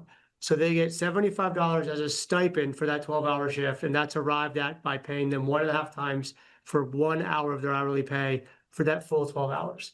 Well, they only If get they one and a half. if They only rec- get one for full if- 12. I just want to make sure I heard that, Josh. 1.5 hours for a full 12-hour shift is what you're saying? Wow. Okay, I get it. Thank you. That's the stipend, because for the large majority of this, I think Chief Cohen said there's like maybe 1 or 2 calls a weekend total. So they're not. 100% support this. I 100% support it. Thank you, Josh. I just wanted to make sure I understood it. Thank you. 100% support. Great. Thanks, Kara. Aaron? I just had a quick question. So is this if someone calls like the non-emergency number versus the 911 number? Aaron, can you lean? We're not hearing you so well. There's something. Oh, sure. Can you hear me now? There you go. Yeah, thank you. Better. I turned it up here too, so it got very loud. Sorry. Sorry.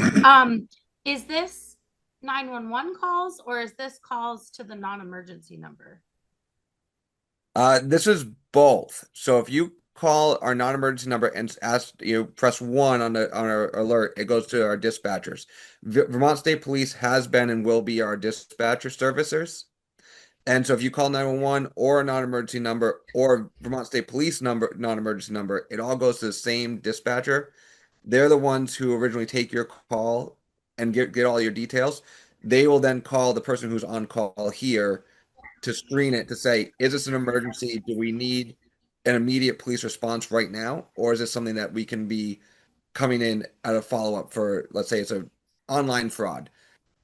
An online fraud's not going anywhere. We don't need to call someone out 2 o'clock in the morning to handle it. Versus a car crash, we'll call someone out to come handle a car crash in the middle of the night. And the 911 dispatcher doesn't have the ability to say, oh, they called in a rollover with entrapment. They need to call you first to dispatch someone. Is that what you're saying? Unfortunately, for Vermont State Police to respond, they have to get a request from one of our employees. They will still dispatch EMS and fire right away. Okay. Thank you for that clarification. I also support this. Adam, this is Caitlin. I moved to find, oh wait, that's not the right one. I moved to approve the pay plan for police officers to screen calls for service when Richmond officers are not on duty as presented. This is David. I'll second. Motion a second. All those in favor? Caitlin, I. David, I. Adam, I. Good catch on the typo. Pat and Josh, thank you for putting this together. I don't think it made Thanks for the explanation. Next, You're we're welcome. going to. Have a good night. Thanks, Chief. Before we begin the next item, I was recently made aware of some concerning information that I would like to share before we discuss this. So I'm requesting that we go into a brief executive session. You were really, or you're not doing this just to mess with my goal of getting back. Well, I was looking at the clock. That's just a side benefit. I'll do what I do to my kids and they said it'll be a second. Set It will be timer for quick. 1 second. 1 second. It's not. You're done. Okay, let's do it. Sorry. And Going into executive session I guess. for this agenda item. yes, Okay. Okay. And so to be clear, this isn't going to be to carry out the agenda item. This will be to discuss the information that David has said needs to be discussed in executive session. We will do all the appointments in public session. Okay. so Mr. Chair, this is David. I move to find that premature public knowledge about potential appointment would cause the town or person to suffer a substantial disadvantage. Do we have a second? As Caitlin, I'll second. All those in favor? Bard, I. Caitlin, I. David, I. Adam, aye. Mr. Chair, this is David. I move that we enter into executive session to discuss a potential appointment for the town of Richmond.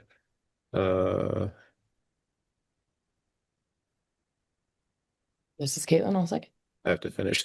I think that's Does that work? all you Is need. that sufficient? Well, under VSA 313A1B of the Vermont State Statutes annotated, And that for you. and to invite town manager Josh Arneson into the executive You want session. me to see if I can find the actual citation, because I don't have my cheat sheet in front of me. I think I pieced it together. You got it. I wouldn't object if you want to pull it up.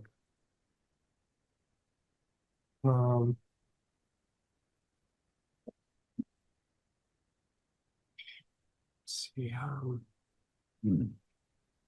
One BSE 313 there's a number of different. A1B. A 1B. Is that the right one? I just don't have. I don't know. What that reference is. That's to. what I read. 313A That's in 1B. personnel. Yeah, personnel and Okay. and appointments. If that's personnel appointments, then you're good to go. Yeah, Correct. that's what I thought. I Good pieced job, it David. together. Okay, so I need a second for that motion. Just a second. Okay, seconded by Motion a Kate. second. All those in favor? Bart, aye. Caitlin, I. David, I. Adam, aye. We'll see you briefly. David is committed to that. See how long I can drag this one out. Brief. It was Pretty fast. moderately For brief. us. Yes. We will now move on with our appointments. You can do this in under 20 minutes. I'm not going to give you anything, but I'll just be impressed. The vast majority of these are either uncontested or there are less applicants than open seats. So Development Review Board, we have We have 2 3-year terms, 2 vacant alternate 3-year terms. We have 1 applicant. So to be expedient, this is David. I move to appoint Matt Dwyer to the Development Review Board to a 3-year term. Does Bart, I'll second. Anna. Oh, sorry. We have a motion and a second. Any discussion? Just say that Matt's been doing this for a long time. He's an architect, community member. It's great to have him come back lock himself in for 3 more years. Thank you, Matt. All those Thank in you, Matt. favor? Thank you. Bart, aye. Caitlin, I. David, I. Adam, aye. Congratulations, Matt. Next we have Andrews Community Forest. We have 1 applicant for an open 3-year term. Mr. Chair. To be clear, there are 2 3-year terms 1 applicant. and 1 applicant. So, Mr. Chair, this is David. I move to appoint Bradford Elliott. Weird to say Bradford. I know him as Brad. Bradford Elliott to the Andrews Community Forest Committee, Conservation Commission. Sorry, the Industry Forest Committee as the Conservation Committee Oh. recommendation. Okay, Yeah, sorry, that motion got a little. that's 2. So this is David. I move to appoint Bradford Elliott to the Andrews Community Forest Committee, and he was recommended by the Conservation Commission appointment for a 3-year term. Does Bart, I'll second. Any discussion? All those in favor? Bart, aye. Caitlin, I. David, I. Adam, aye. Thank you, Brad. Congratulations, Bradford, Brad, Elliott. Brad, thank you. Thank you, guys. Thank you, guys. Next, we have the Conservation Commission. We have 3 4-year terms and 1 vacant term until 2027. We have 3 applicants. Mr. Chair, this is David. I move to appoint Jeanette Malone, Kit Emery, and Melissa Wolliver to the Conservation Commission, each to a 4-year term. Does Bart, I'll second that. Any discussion? All those in favor? Bart, aye. Caitlin, I. David, I. Adam, aye. Thank you all. Next is the Parking Advisory Committee. We have 3 3-year terms and 2 2-year terms. And we have 5 applicants. I think we can reappoint people to the same duration terms they currently. Mr. Chair, this is David. I move to appoint Diane Marino, John Cohen, Matt Buckley to the Parking Advisory Committee, each to a 3-year term. Does Bart, I'll second. Any discussion? All those in favor? Bart, aye. Caitlin, I. David, I. Adam, aye. Thank you for Congratulations. jumping in again. Thank you. Mr. Chair, this is David. I move to appoint Chuck Gilroy and John Rankin to the Parking Advisory Committee, each to a 2-year term. Does Bart, I'll second. Any discussion? All those in favor? Bart, aye. Caitlin, I. David, I. Adam, aye. Thank you, you two, to jumping in again. The Planning Commission, no one has applied. Ian Bender is not interested in continuing. So we have 1 4-year term and 2 vacant terms until 2027. So if anyone is interested in working on the planning commission, arguably one of the most consequential commissions for the future of Richmond, can honestly say that. Please talk to Josh or Virginia Clark, the chair. We've had an application. No one has applied to the recreation committee either. We have a minute, there's no quorum as there is a minimum of 5 members and we have 0 members. Yeah, it's been dormant for a So while. 0 out of 5 is never going to be a quorum. Maybe we should have a broader discussion about that because I think going from 0 to 5 Yeah, can or we? even 0 to 3 is going to be tough, but we'll make Josh put that on another agenda. In a couple of years since we've actually had that one staffed. Oh, I thought you were saying it would be a couple of years. In a couple of years, we could have the discussion, but We've tried over the years. so then in for 2028. It's had various starts Gotcha. and then stops over the years. Next we have the Trails Committee. We have 4 3-year terms and one applicant. Mr. Chair, this is David. I move to appoint John Rankin to the Trails Committee for a 3-year term. This is Bart, I'll second.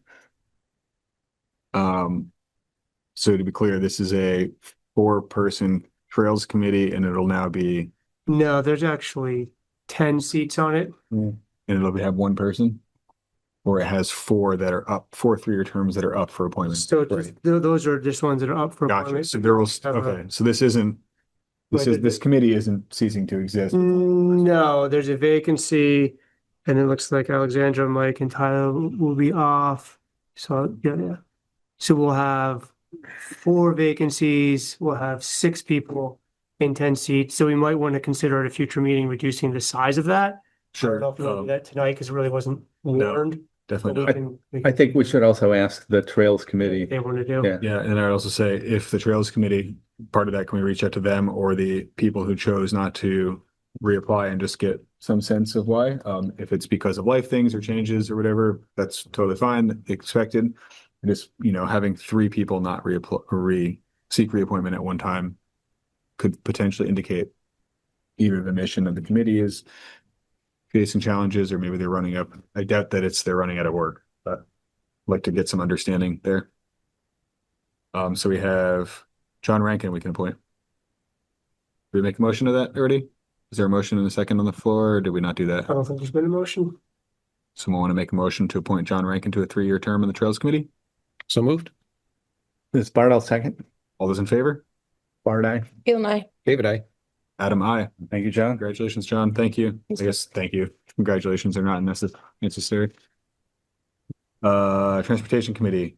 Again, no one applied, and I think there are 0 members on this currently. Yeah, it's been dormant for 2 years now. So maybe we have a broader vacant or under appointed committees discussion. Mhm. Yeah. Gardening Committee meets TBD. There are 3 3-year terms and 3 2-year terms.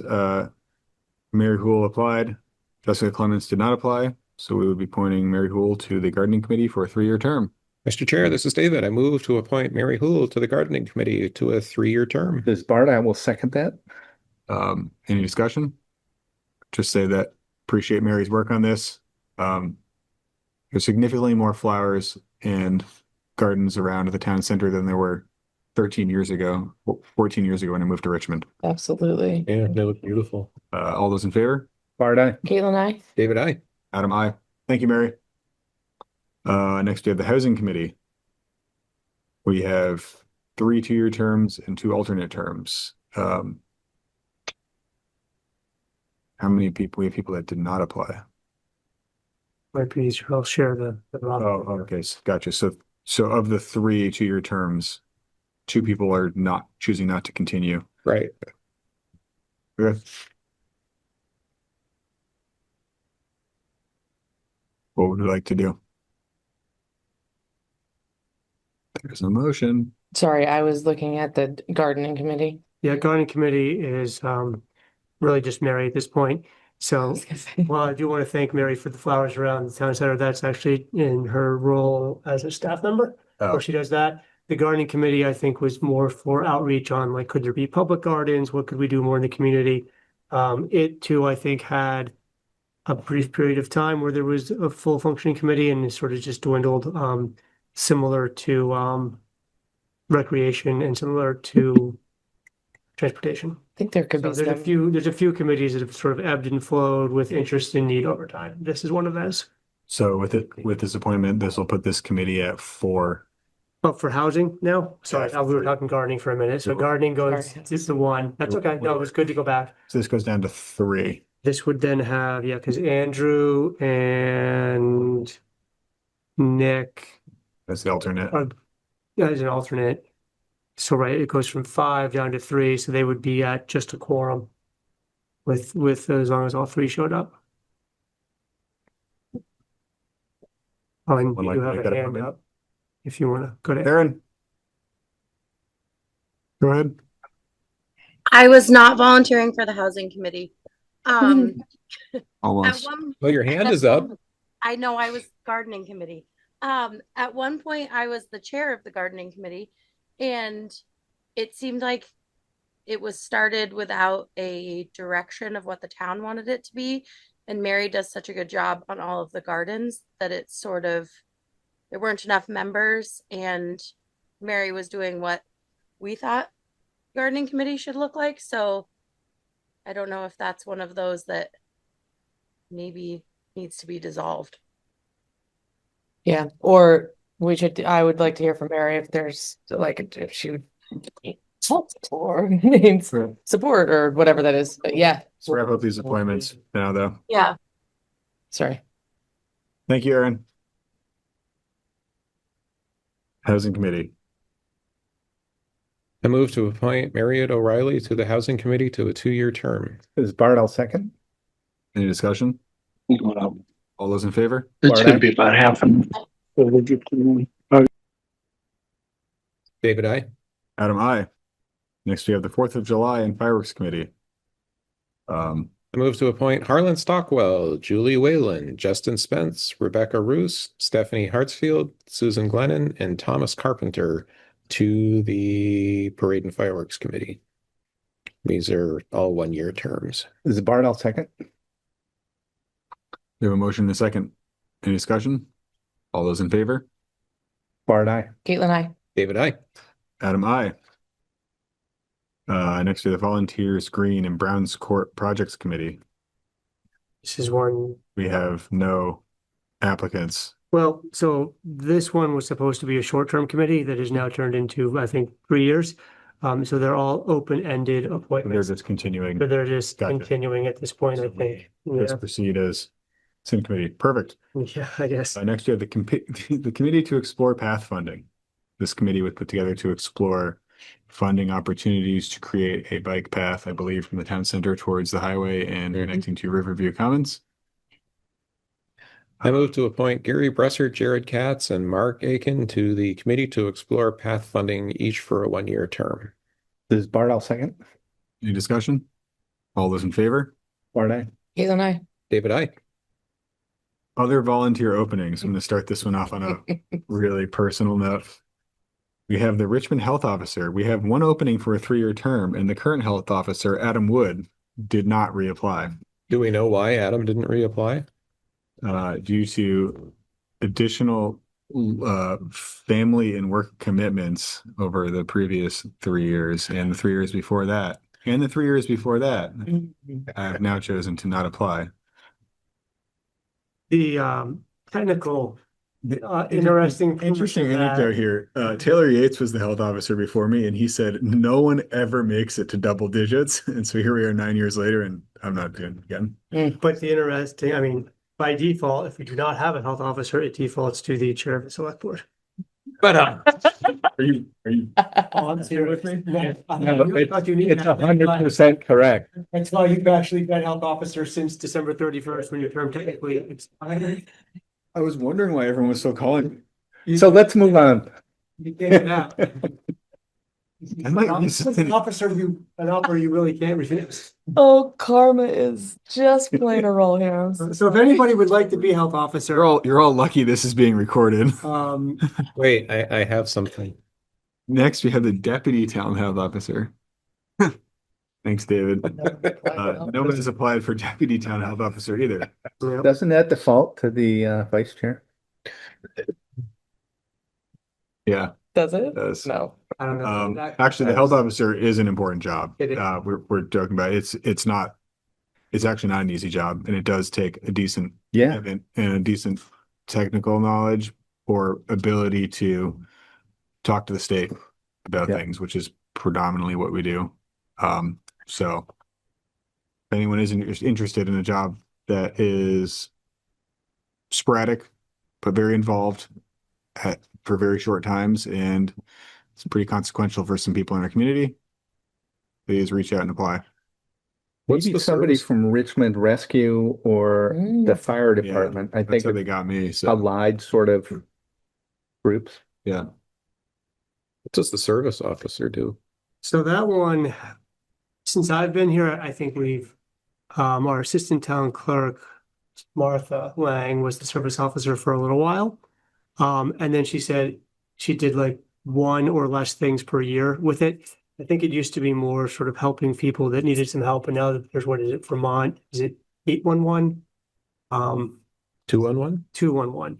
That I think has taken over a lot of, like, when people need something, they go there rather than coming to the town clerk. So we haven't had anybody in that position for a while. At some point, we might want to consider just disbanding it because it doesn't serve a huge role anymore. It used to at one point, but no longer. Next we have the animal control officer. Andy Squires has applied. He is the current animal control officer. I move to appoint Andy Squires to the animal control officer for a 1-year term. Is Bardell second? Discussion? All those in favor?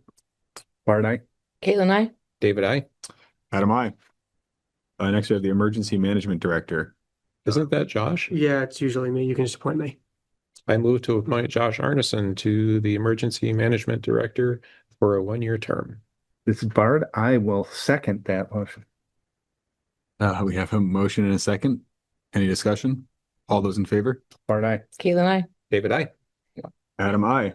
Next we have Matt Steen, who has applied for the energy coordinator for a 1-year term. I move to appoint Matt Steen to the position of energy coordinator for a 1-year term. This is Caitlin. I'll second that.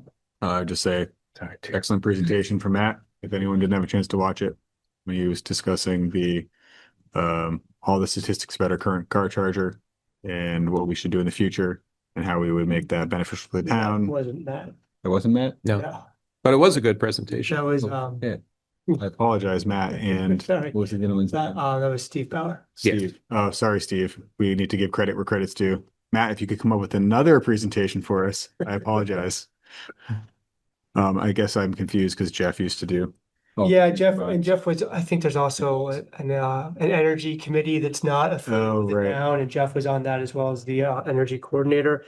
And then Well, Matt, thank you for applying, and we look forward to having all your neighbors too. Yeah. That's great. And Steve was on that committee, and he's the one that really dove in deep on all the statistics and was a big advocate for the grant when the town got the grant for the EV charger 5 years ago now. Great. So, well, thank you for applying, Matt. All those in favor? Aye. We have a motion and a second. All those Bard, in aye. favor? Caitlin, I. David, I. Adam, I. Next we have a tree warden. Move to appoint Caitlin Littlefield for the position of tree warden for a 1-year term. This is Bard, I'll second. Yep. We have a motion and a second. All those in favor? Bard, aye. Caitlin, I. David, I. Adam, I. I can't say I fast enough. Thank you, Caitlin, for all the work that you've done so far. Next we have the town fence viewer. We have 2 openings, each for a 1-year term. Carol Fur has applied for one of the openings. Move to appoint Carol Fur to the position of town fence viewer for a 1-year term. This is Bard, second. We have a motion and a second. All those in favor? Bard, aye. Caitlin, I. David, I. Adam, I. Next we have inspector of lumber, shingles, and wood. Wow. This is John Cart's. This is his position for appointment. I move to appoint John Cart to the inspector of lumber, shingles, and wood position for a 1-year term. This is Bard, second. Any discussion? All those in favor? Bard, aye. Caitlin, I. David, I. Adam, I. Next we have the weigher of coal. Jay Fur has applied for the 1-year term. Move to appoint Jay Furr to the position of weigher of coal for a 1-year term. Is Bard second? Any discussion? All those in favor? Bard, aye. Caitlin, I. David, I. Adam, I. Aye. Every year I have to mention how I need to buy some coal, but I think I could also maybe buy some lumber, shingles, and wood to make use of these. I just learned what the town fence viewer is. This is all very fascinating.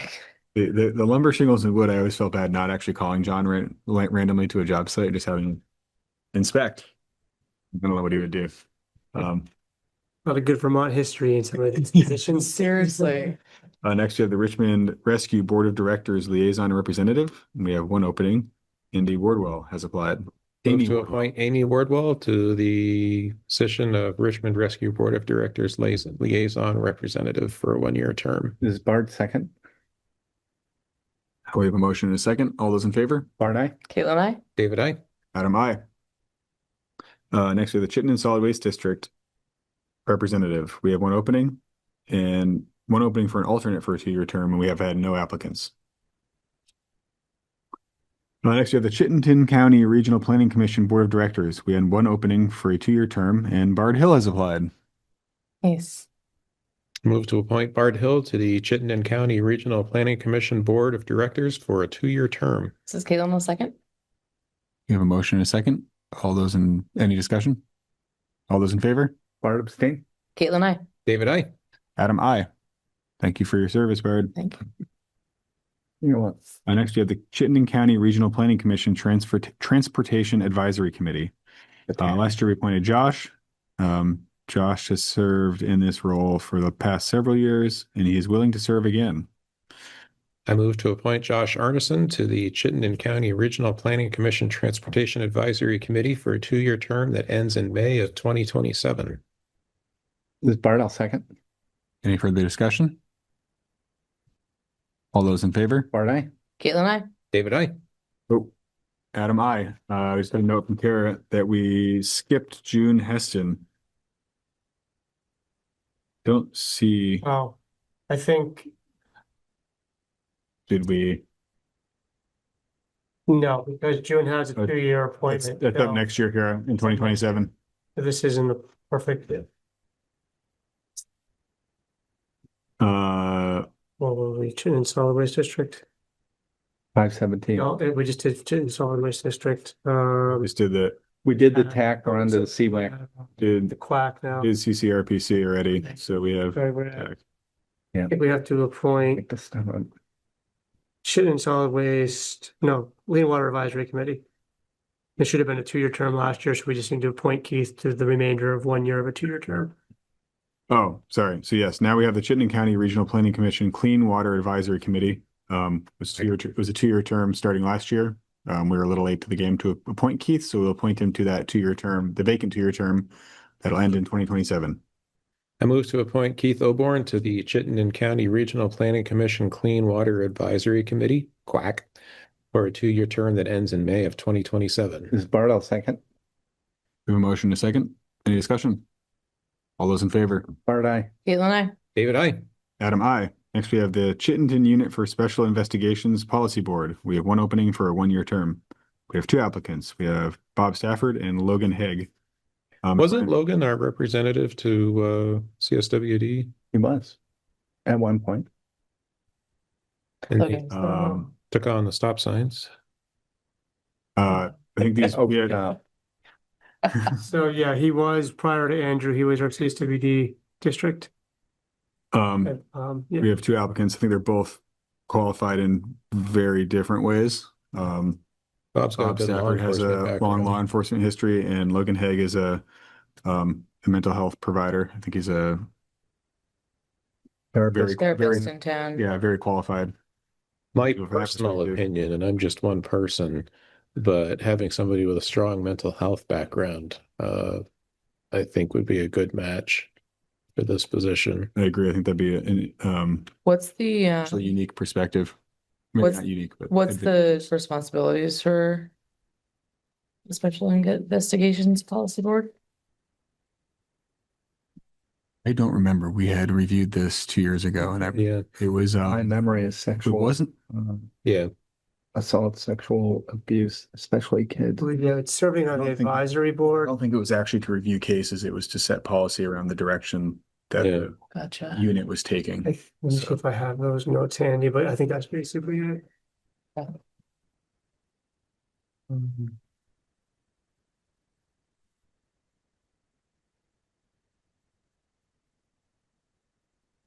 Either. So.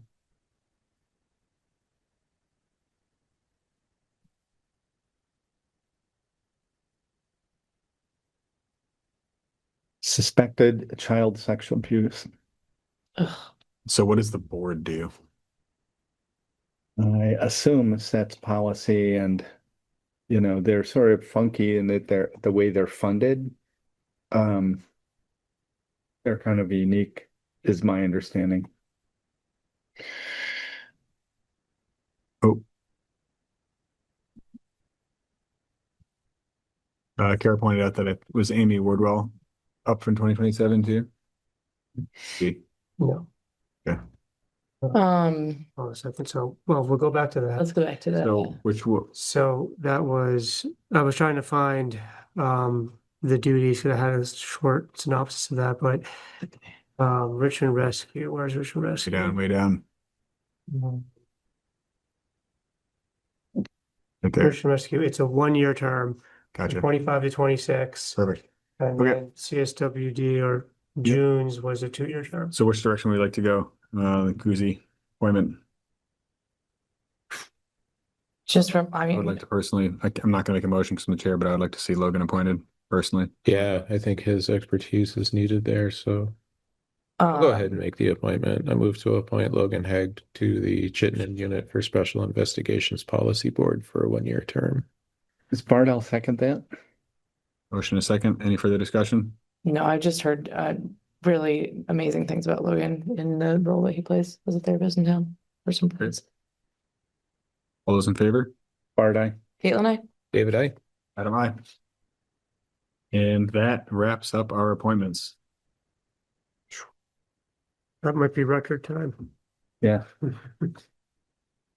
It's helpful that the vast majority of them are. Yeah, show fit uncontested. It's not helpful for the town, but it's helpful for our time. So overall, Yep, I hear you. Thank you for everyone who has Yeah. applied and been appointed or otherwise, and for the time that you'll put in. Appreciate it. next we have consideration of Aliza LaPierre Fan Club 50K and 26K trail race to be held on Saturday, July 18th with a rain date for Sunday, July 19th, 2026. We have Ben Feinson here to Yeah, here he comes. chat with us. Think. Ben, it looks like you have no video, but do you have audio?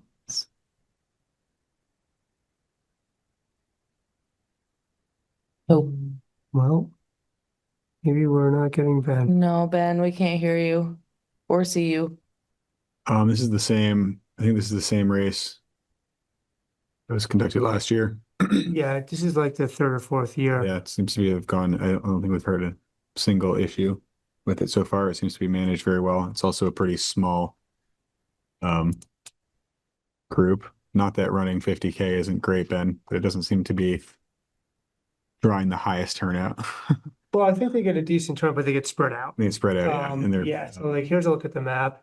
It starts, in Huntington, and it is mostly on, well, as much trails as possible all the way through. So pretty when cool. they do have a road crossing, they have it staffed appropriately. The runners all know to stay out of the road, watch for cars before they enter back into the trail. I would Really, just encourage everyone to look at the elevation hold on a second. gain and loss map. Can't hear you. Okay, so she's telling Ben we can't hear her. Yeah, Ben, we can't hear you. So sorry, go ahead. When is this July 19th? Do we want to make a motion on this now, or do you want to wait for Ben to come back next time? I remember this last year and I remember hearing good things. So I move to approve the Aliza LaPierre Fan Club 50K and 26K trail race to be held on Saturday, July 18th, 2026, with a weather backup date of Saturday, July 19th, 2026. This is David, I'll second. Any further discussion? No, I'm sorry, your audio is not working, Ben. It's a bummer. Remember that our discussion last year inspired confidence, and it sounds like it went well for a bunch of years, so hopefully it does this year too. All those in favor? Bart, aye. Caitlin, I. David, I. Adam, I. Sorry, Ben. Thanks. Thanks, Ben. I like the course profile. Next we have consideration of request to waive the permit fee for the installation of a radio antenna on the town center by Mount Mansfield Community Television, MMCTV, in consideration of selecting a color for the antenna. Thought antennas had to be white. Oh, and Gaelicky from MCTV is here if you want some more information, and I'll share some photos. Hello. Hi. Like the motion to waive the $65 fee is obvious in my mind, since it's a public benefit. Mr. Chair, this is David. I move to waive the $65 permit fee for the MMC TV antenna. This is Bart, I'll second. All those in favor? Bart, aye. Caitlin, I. David, I. Adam, I. Is this a picture of the antenna? What are we looking at here? This is a picture of the existing antenna, and we're going to put our antenna next to the antenna. Working with Burlington Communications, which our radio engineer pointed out would be the best partner to get our antenna up there and make sure that it doesn't interfere with the other one. Perfect. So I'm terrified of heights, and I just want to state for the record that photo is scaring me. Up there. This is to give some perspective of where this chimney is. It's behind the cupola here. So from the ground, it's not super noticeable. Right. And up close, just as we're talking color, you sort of got these gray bricks and this brown top. The fractured bricks being held together by gravity. I've never noticed the other antenna, so I would recommend we paint it back. Those are cracks. What's that? Those are cracks. Cracks where? Bricks. Here? In the bricks, in the stone. I was looking at this. No, I'm sorry. Picture above. Oh, a picture above? Yeah. Yeah, these white cracks. Yeah. And the metal frame around it to hold it together. The cap. Yeah, it doesn't look like it's in great shape. Oh, that's a rain cap, and those two vents are, I assume, the two boilers. What color? What color do we want to paint the antenna? We get to choose? Yeah. That's I move to have the antenna painted, and you can say. Angeliki, what color should we paint the antenna? Yeah, so when the DRB came up with their decision back in December, they had two stipulations. One is that we don't interfere with the other antenna, and the other one is that we will follow the town official's decision regarding the color. So just is the idea is that it'll blend with the surroundings, and it'll be more like a stealth facility, so it's kind of up to the town. Can we just leave it the color it comes so that we don't interfere, we don't mess with the antenna, we don't void a warranty, we don't do anything? Does it need to be painted? I mean, just in terms of like blending, I guess maybe the base of it could be painted to fit in with the brick color. I'm actually not sure exactly what color it will come in, but we just want it not to stand out as much as we can to comply with what the DRB was asking. There you go. Match that one. Yeah, just match the existing antenna. Do we need to make a motion for that? Because the DRB has requested it. Yeah, but I just want to pause for a second. Is there any reason not to match the existing antenna? I've never noticed it. Right. So. Not that I know of. If you're asking me, and I wasn't sure if you're asking. Yes. I would say, yes. and we word it, I would say a reasonable color match. We don't want you going back and forth Yes. to Sherwin-Williams 3 times. Yeah. Did we already waive the $65? Yes. Okay. So Would it be derelict in our duties to just leave it up to MMCTV to choose a color? well, I like this game that we're playing. Yeah. Because I could move to have them decide. But I don't want to do that. How about then they'll come back and ask us what they should do. exactly? Purple with green polka dots. I moved to have the antenna painted to reflect the colors of the existing antenna at the discretion of Angeliki. Anyone, does it matter? That's. You can change it if you want. I don't want to. Give it a second. I don't think we're getting a second to that one. Sorry, Caitlin. Man, So why don't we make a motion to have the base painted to match the other one, and we'll let the antenna be whatever color, because the antennas are like sensitive So moved. Transmission equipment. We don't want to be Yeah. painting them. I move to have the base of the antenna painted the same color as the existing, a similar or same color as the existing antenna. We don't need to be matching. Do we have a second for that? And I'll second it. Yeah. We have 2 seconds. So we'll go with Bard was first. I'll third it. Third it, fourth it. All those in favor? Bard, aye. Caitlin, I. David, I. Adam, aye. Thank you. Thank you very much. And look for the vinyl-thon, which will be our fundraiser, vinyl music only. The volunteers are going to play on the solstice. So June 20th to 21st, we'll have people playing for 24 hours. Nice. Great. Hopefully. Are you going to have a red blinking light on the top of the antenna? Not that I know of, but we could put a red blinking light somewhere else. What shade of red would the select board like that light? David's nose. I think. Next, we have an update on progress to submit the NOI for the Southview stormwater permit. I am recusing myself. So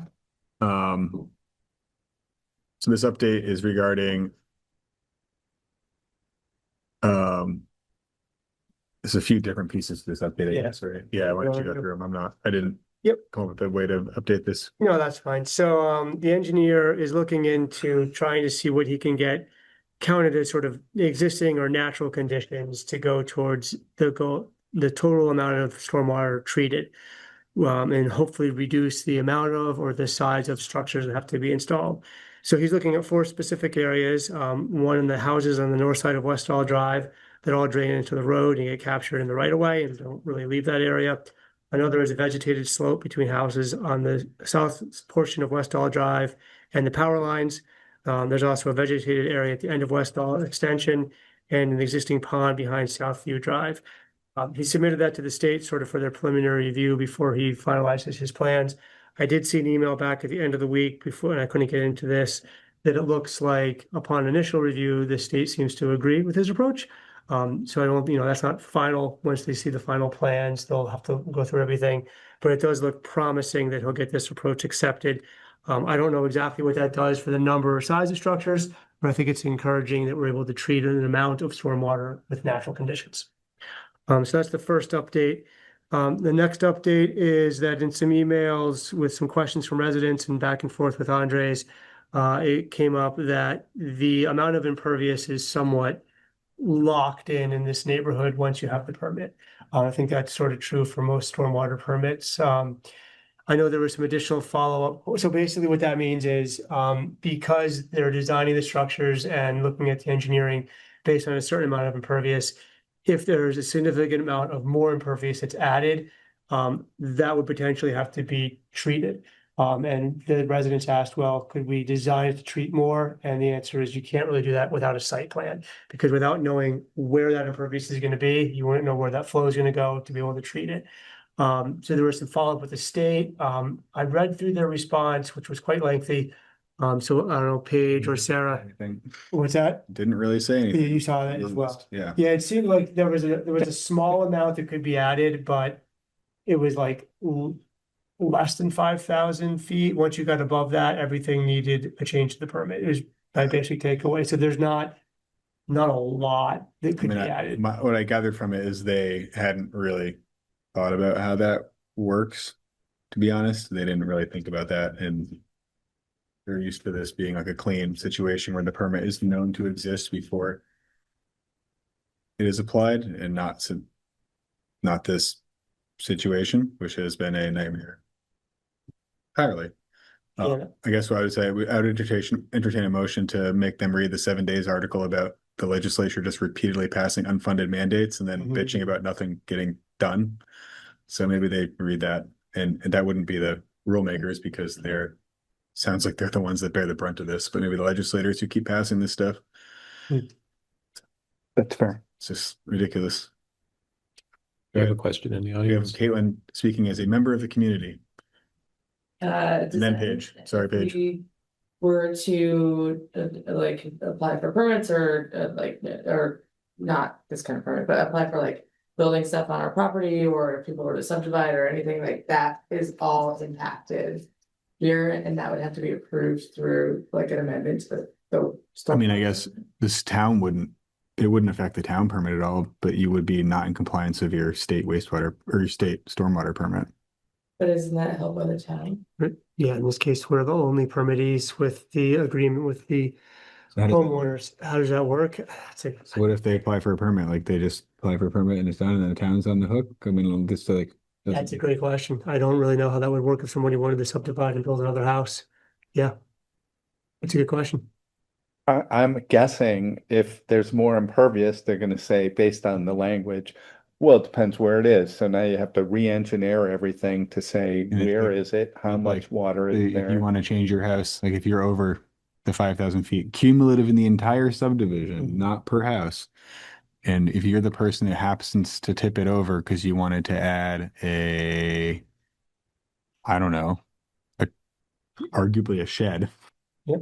Then you have to pay to redesign the entire stormwater permit or reevaluate the entire stormwater permit for the entire place. I think, yeah, I was trying to think of a metaphor, like a But I mean, business like- had a parking lot of a certain size with a certain stormwater permit, and they want to add 10 more parking spaces. Well, now you have to re-engineer it because you have 10 more spaces.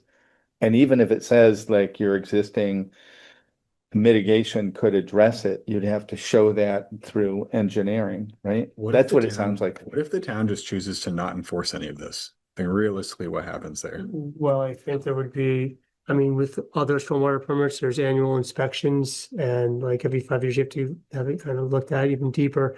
So I think that it would We probably get, Don't do anything about it. no, the state makes you do that for the stormwater. I'm And gonna say because that you'd have to have a I- building permit. I always say this to our friend, who is our friend Hannah. Caitlin, appreciate this. She always telling me that these are what you can do. And I say, but what happens? Everyone's like, well, this is what they're supposed to do. Yeah. Well, what happens? Like they're not doing this in good faith. So what if we stop acting in good faith and we just say, we're not going to enforce it. We don't agree with it. Not like we're going to let them be criminally polluting, but like we're going to enforce the rule as it sits. Like we're going to apply for it. And then if they change something, that's on them. We're not going to get in the middle of it. The state can just go, like, I don't know. This is again setting us up for the spot where we have to enforce something on homeowners that we have no say in. This is ridiculous.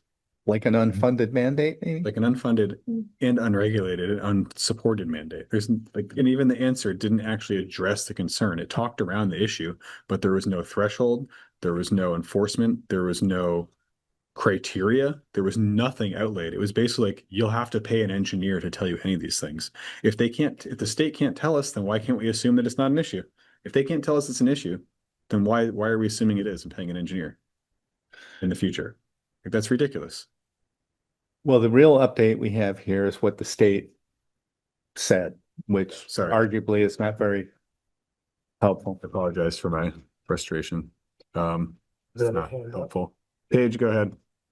Sorry for making you wait. No problem. I was really happy to hear that. Thank you for the rant. Well, it hasn't changed anything, so don't thank me. Yeah, and I guess my one question is just, were you all as confused by his response as I was? I did not understand it. I read it. Basically walked around the issue. Yeah, that was my I was takeaway all too. confused, yeah. I had multiple Yeah. people that like do permitting for a living reading this in our office yesterday or Mhm. today and Friday, I guess we were like looking at it and it didn't make any sense. Yeah. No one could really figure out there was nothing tangible in it that we could actually take as a real update. Yeah. Okay. I mean, it's actually the exact response I expected, because in other communications with him, it's been the same thing. It's just vague and really hard to And I understand. understand that it's probably because this situation hasn't come up. And honestly, I imagine that they are stuck writing rules and interpreting legislation also, and they're kind of in a bind. So I don't hold it against them personally, but I don't know. I mean, it's also It's really goes back to the legislature. So, can't answer the okay. questions. You need to turn around to the people who are telling you to do this and tell them that it's not possible instead of just chugging down a road endlessly. Yeah. So it sounds like also as kind of the town, like, so, the example I gave to them was of the our lovely family, the Bianchis, and their daughter's accident. They had to add an accessory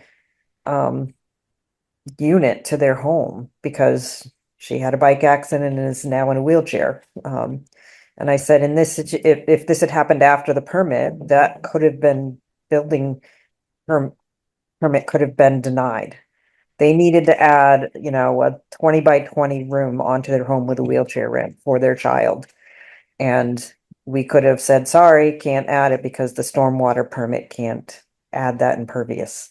I mean, my question to them was, why are you able to tell us what we can do on our land and that we own in our property, that we should be able to do, as long as you have like the space and the septic setbacks and whatever in our, within all the other rules can do that. They should have no say in what we can do on our property. If I want to put up a shed, if I want to add a deck, and I can do that within all the other rules, this is ridiculous. I mean, I said, go pick on someone else. Go pick on some 2.95 impervious acre neighborhood and enforce it on them, like, so Yeah, that's my simple rant. answer. Thank you. Our I am senators going and- to the Stormwater Study Utility Committee is meeting on Friday. And I've signed up to comment on it and bringing this to their attention because they need to know about this. The state should have no ability to tell us what we can do on our land. So that's my rant. I will say there's pretty clear precedent for that to protect wetlands, to protect watersheds, drinking water sources, wastewater. So there is precedent for them reaching into private property. I think doing it retroactively there's not clear precedent for that, and that's the part that gets. I'll just share a story. Burlington was doing very similar things 20 years ago. They had an interest in not having more impervious surfaces. So literally in a redevelopment, you've already hit your max. The only way we'll let you add a deck on the back of this building is if you get rid of the shed, and the deck footprint can't be bigger than the shed footprint. Pretty similar. Yeah, fine, but this doesn't apply to the house around the corner 5 from me. Yeah. Or anyone else in Richmond that's not in a 3-acre site. No, I hear you. My real point is just, does government intrude on what you can do? It depends on where you live, I guess. Yeah, I Right. guess, but I feel like this, This line I is mean, as particularly arbitrary. Yes. yeah, I mean, as I've watched, several additions go on right around the corner from me, which I am guessing that section of Southview is probably now over 3 acres of impervious surface. That,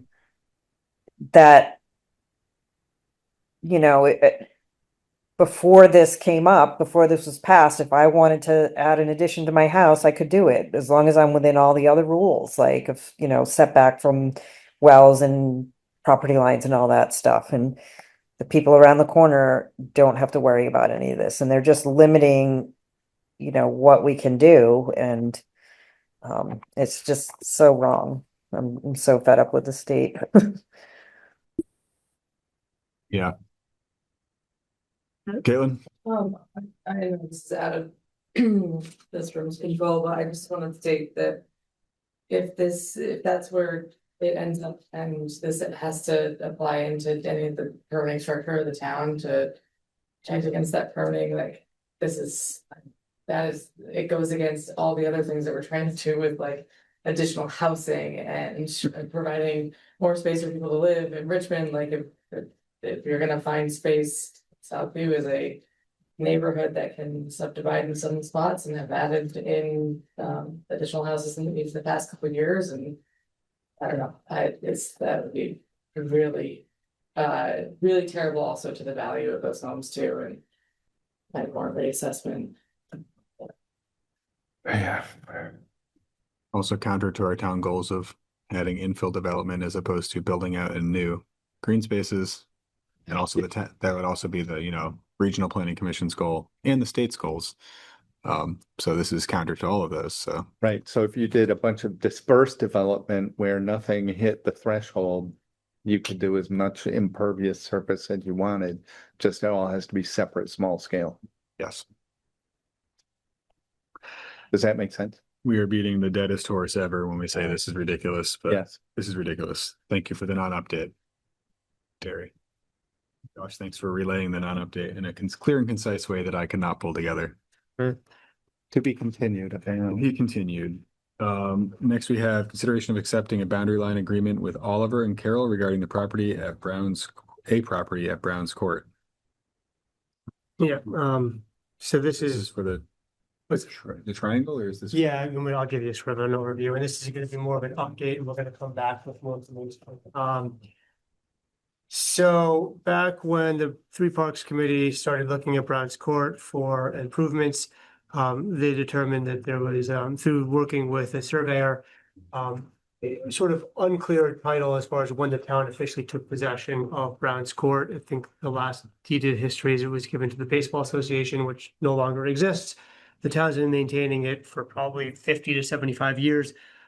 So the process to do it is 3 steps to make sure that the town has clear ownership of Brown's Court. The first step was this orange line here to the north and to the west of the park, having a boundary line agreement with the McCarthys, that is the actual boundary in between the park and their property. That was completed, I think, about a year ago now. The next part is to look at the entrance here on the south east corner. And I'm going to zoom in on this because it gets a little easier to zoom in.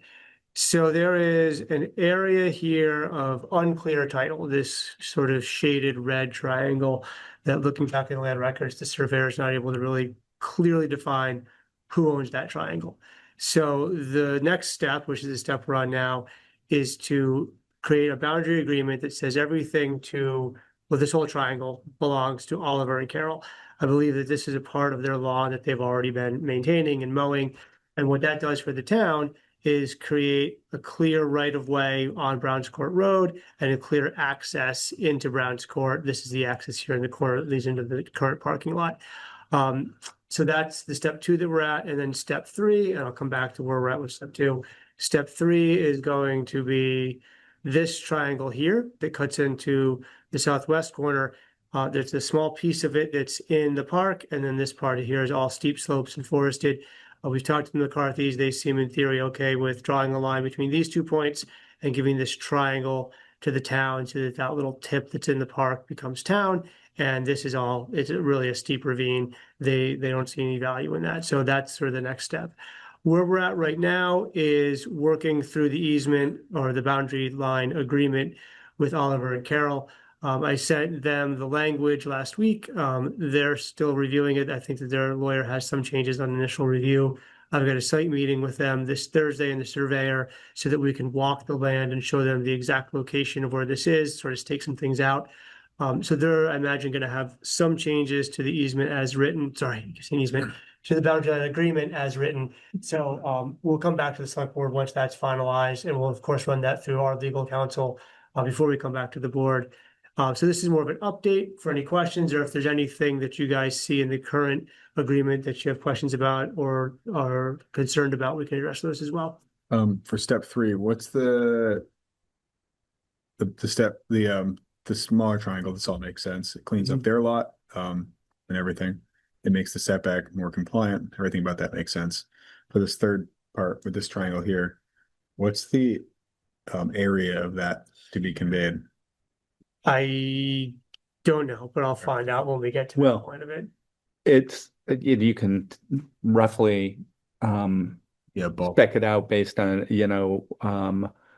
one it's got to be like section is 129 feet, the other is 154 feet, and that remaining section is somewhere in that same neighborhood, 130, 140 feet. So I'm intrigued by how did that line come to look that way? Which one? This one here? The way over on the left, on the southwest. larger Yeah. triangle? Yeah. Yeah, it's hard to, I mean, you look at this whole thing, it's This goes back to what, the underwear factory? Many years. That, you're going back 100+ years, they owned all of this land and it sort of got carved up over the years. And I mean, it's part of why there's not enough room on Tilden for all the houses that are on. It's just, it's odd serving over 100 years from private to public. So this being planned right now as just a straight conveyance, or is there a land swap to make it like a net neutral and kind of trade, or how does that work?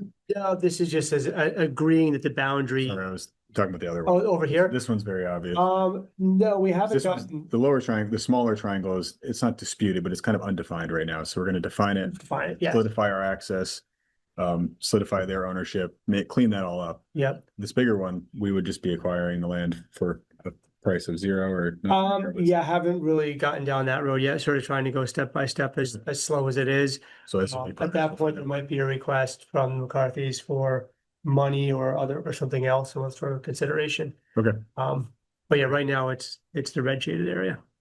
Great. So we'll come back when we have more feedback from the property owners and possibly some edits. I have a proposal that we kick N, O, and P to our next meeting, partly for time, but I know there's a couple of those at least. I think that you might actually have Sam still here for the Conservation Commission. Okay. So he's waiting. Brand. I think Wait, P, there's nobody from the out. I mean, unless somebody online who was really looking forward to that. oh, sorry, Sam. I was thinking of O, P, and I got the numbers wrong. Yeah, Q, I think we should postpone on.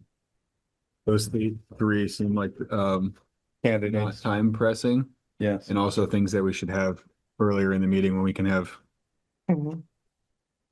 a more sharp senses. Yes. P and Q. Sam, thanks for joining us. We appreciate all the work you've been doing over the last many, many months, if not years at this point, I think. Well, the committee has been doing the work that long. I haven't been serving quite that long, although I have been participating for that long. But yeah, no problem. We're basically just trying to look for a little guidance here. This isn't necessarily asking for comment on the plan itself, but we have finished the preliminary draft. If you look at I think the most helpful thing to look at is the flow chart that's in the packet, which kind of shows our vision of what we think the next step should be. We talked to y'all last fall about our process. Since then, we've cut out the expectation that there would be any sort of copy editing, which seemed potentially unpopular and also, would cost the town money. So we basically did all that work ourselves. So right now we're at current state, just sort of like in that where those 5 arrows branch out. We've sent this preliminary draft out to you guys and RCC, RTC, and then it's also posted at the top of the ACFC webpage on the town site. Meanwhile, we're going to just do some grammatical polish and a little formatting stuff, but none of that should change the intent of any of the language in there. It's just to clean it up a little bit. So yeah, our thought was that over the next, few months, this would give various committees a chance to weigh in. ACFC was designed with mechanisms from both the trails side of things or recreation side of things and also conservation. And so we wanted to honor that by sort of giving the first version of the plan to each of those committees along with you all to weigh in. And then our plan was to integrate that feedback as best we can. We know it's sort of maybe coming from different perspectives, so we'll see how that goes. And then we would also like to open things back up to the public because we know it's been a few years. I believe that the last time there was a public feedback meeting on this was March of 2023.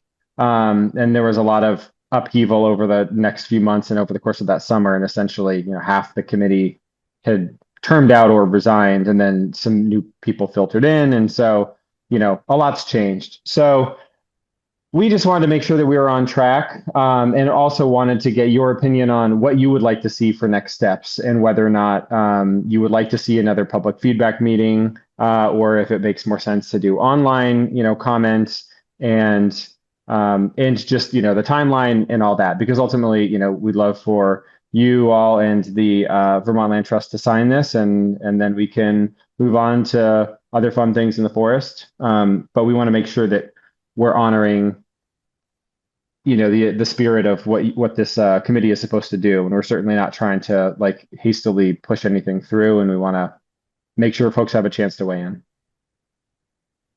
Do you have any thoughts?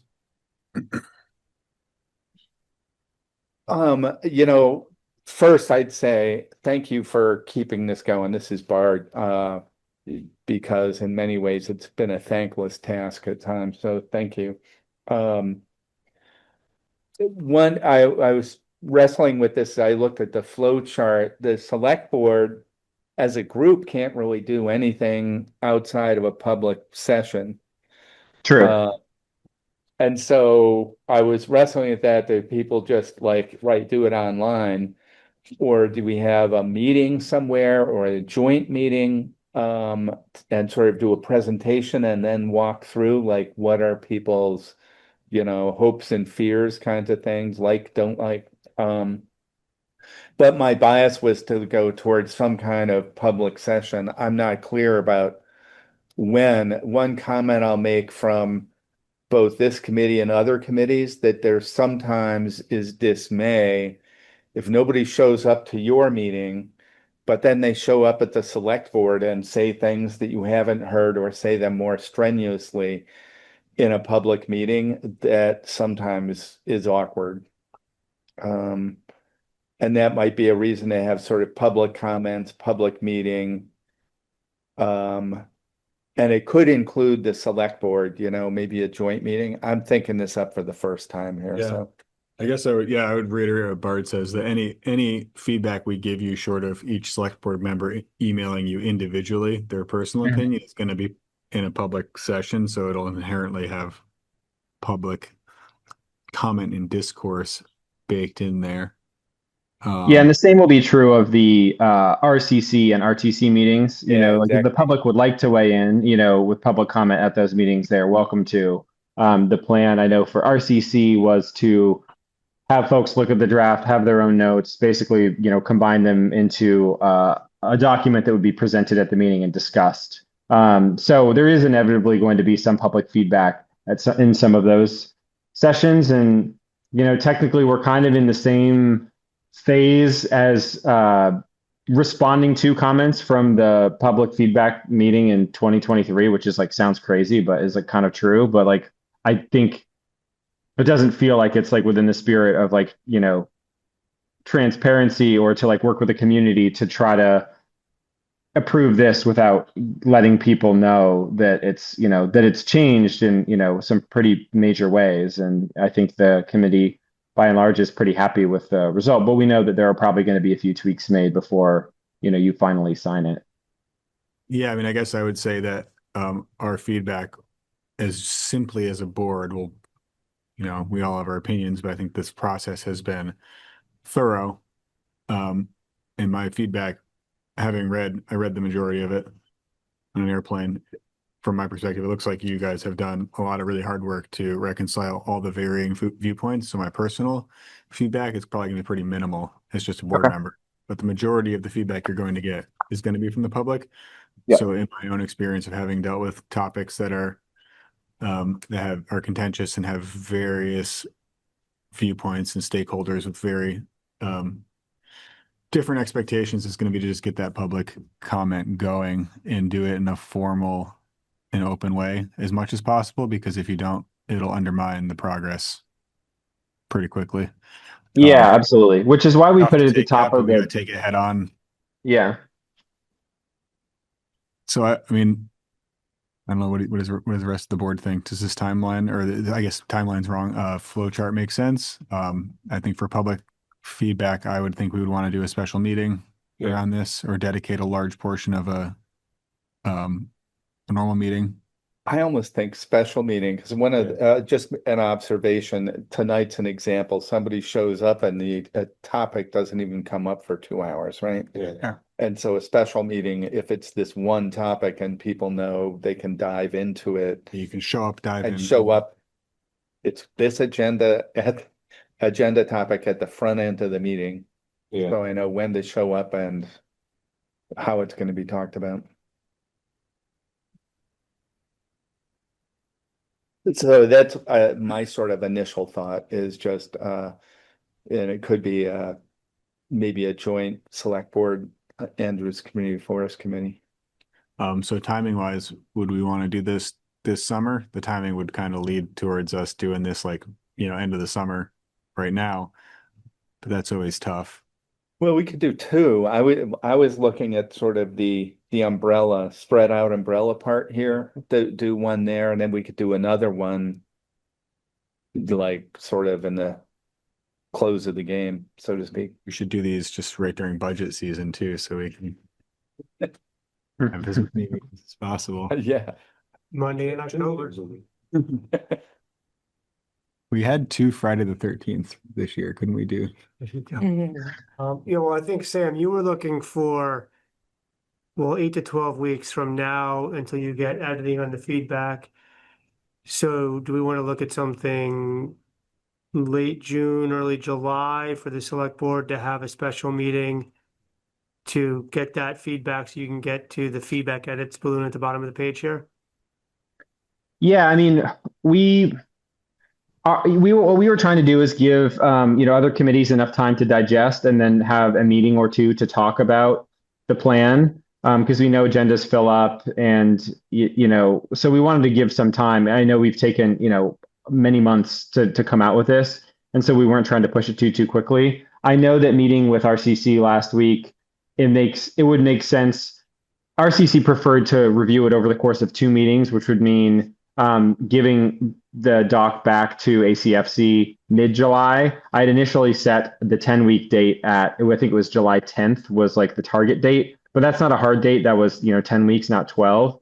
And so we want to try to coordinate with folks, and we're not trying to be sticklers about this. So RCC meets twice a month or once a month. It's the second Tuesday of each month. Okay. So, and then I think Trails Committee meets tomorrow, which means they'll meet again next month with time, to discuss this twice if they, would like to. But yeah, as Bard was saying, if we also want to do a separate public feedback meeting now during this phase, I'm okay with that too. We would just need to coordinate with, the rest of ACFC. We are going down to 6 members currently, because only one person reapplied. We've had an open seat for the Trails representative, and then we have 2 at-large seats open. So it shouldn't hopefully be too hard to coordinate the 6 of us. But I do really like the idea of it being a special meeting where the select board is sort of running it and we're all there to present the plan and answer questions. I think that feels a little bit more, impartial, or might be easier to just like a better forum for public feedback. And honestly, the kind of question I am prone to ask is, who's going to be unhappy about what and why? Where are the sticky points or the tensions, and just call those out. And maybe you've solved them. It seems like, it reads like that has been your attempt.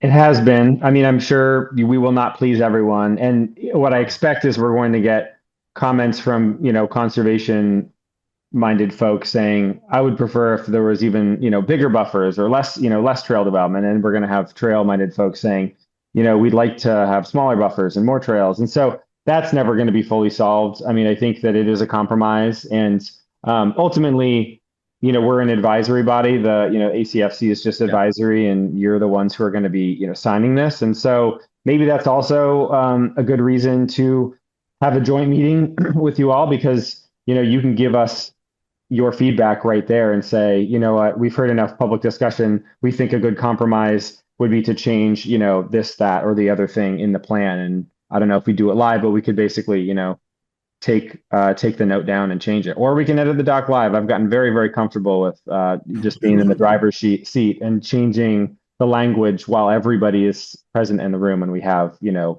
a quorum. Let's, I think that makes sense to have a special meeting sooner rather than later, or at least dedicate some time into this meeting. Sounds like special meetings more the way to go. Yeah. That would mean 2 special meetings on this, kind of one now, one in the fall to formally approve it, kind of vet out the final. So we'd have one, make any changes, and then have like kind of our final draft and vet that out in a public.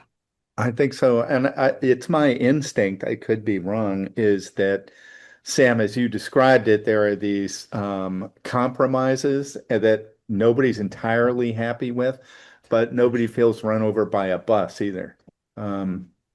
That's how it feels to me, but I could be wrong.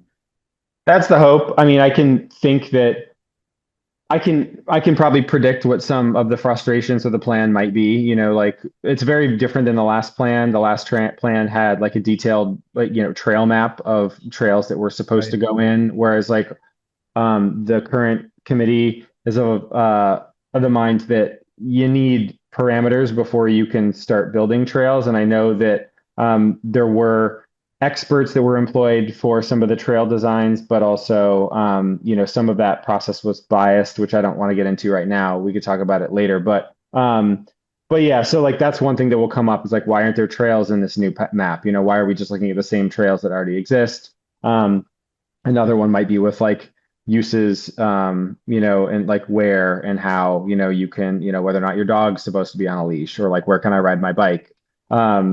So I think we've tried to do a good job of finding balance, but like you might find that you want a few tweaks and we can work those out after some public feedback. I guess what I will say is, seeing as we're waiting for RCC and RTC comment, I don't know if those bodies deserve more or less, weight because of the fact that they're committees and there was sort of like the mechanism built in. Like I guess what I'm trying to get at is, I like the idea of having 2 public feedback meetings, but if I don't want to invalidate the work or like that we've solicited feedback from RTC and RCC by just having a public feedback meeting, because I think some of those committees may have wanted to weigh in during the process, and we kind of told them, hey, can we finish our work, and then once there aren't so many cooks in the kitchen, we'll get the feedback. So I guess I'm proposing the first meeting would be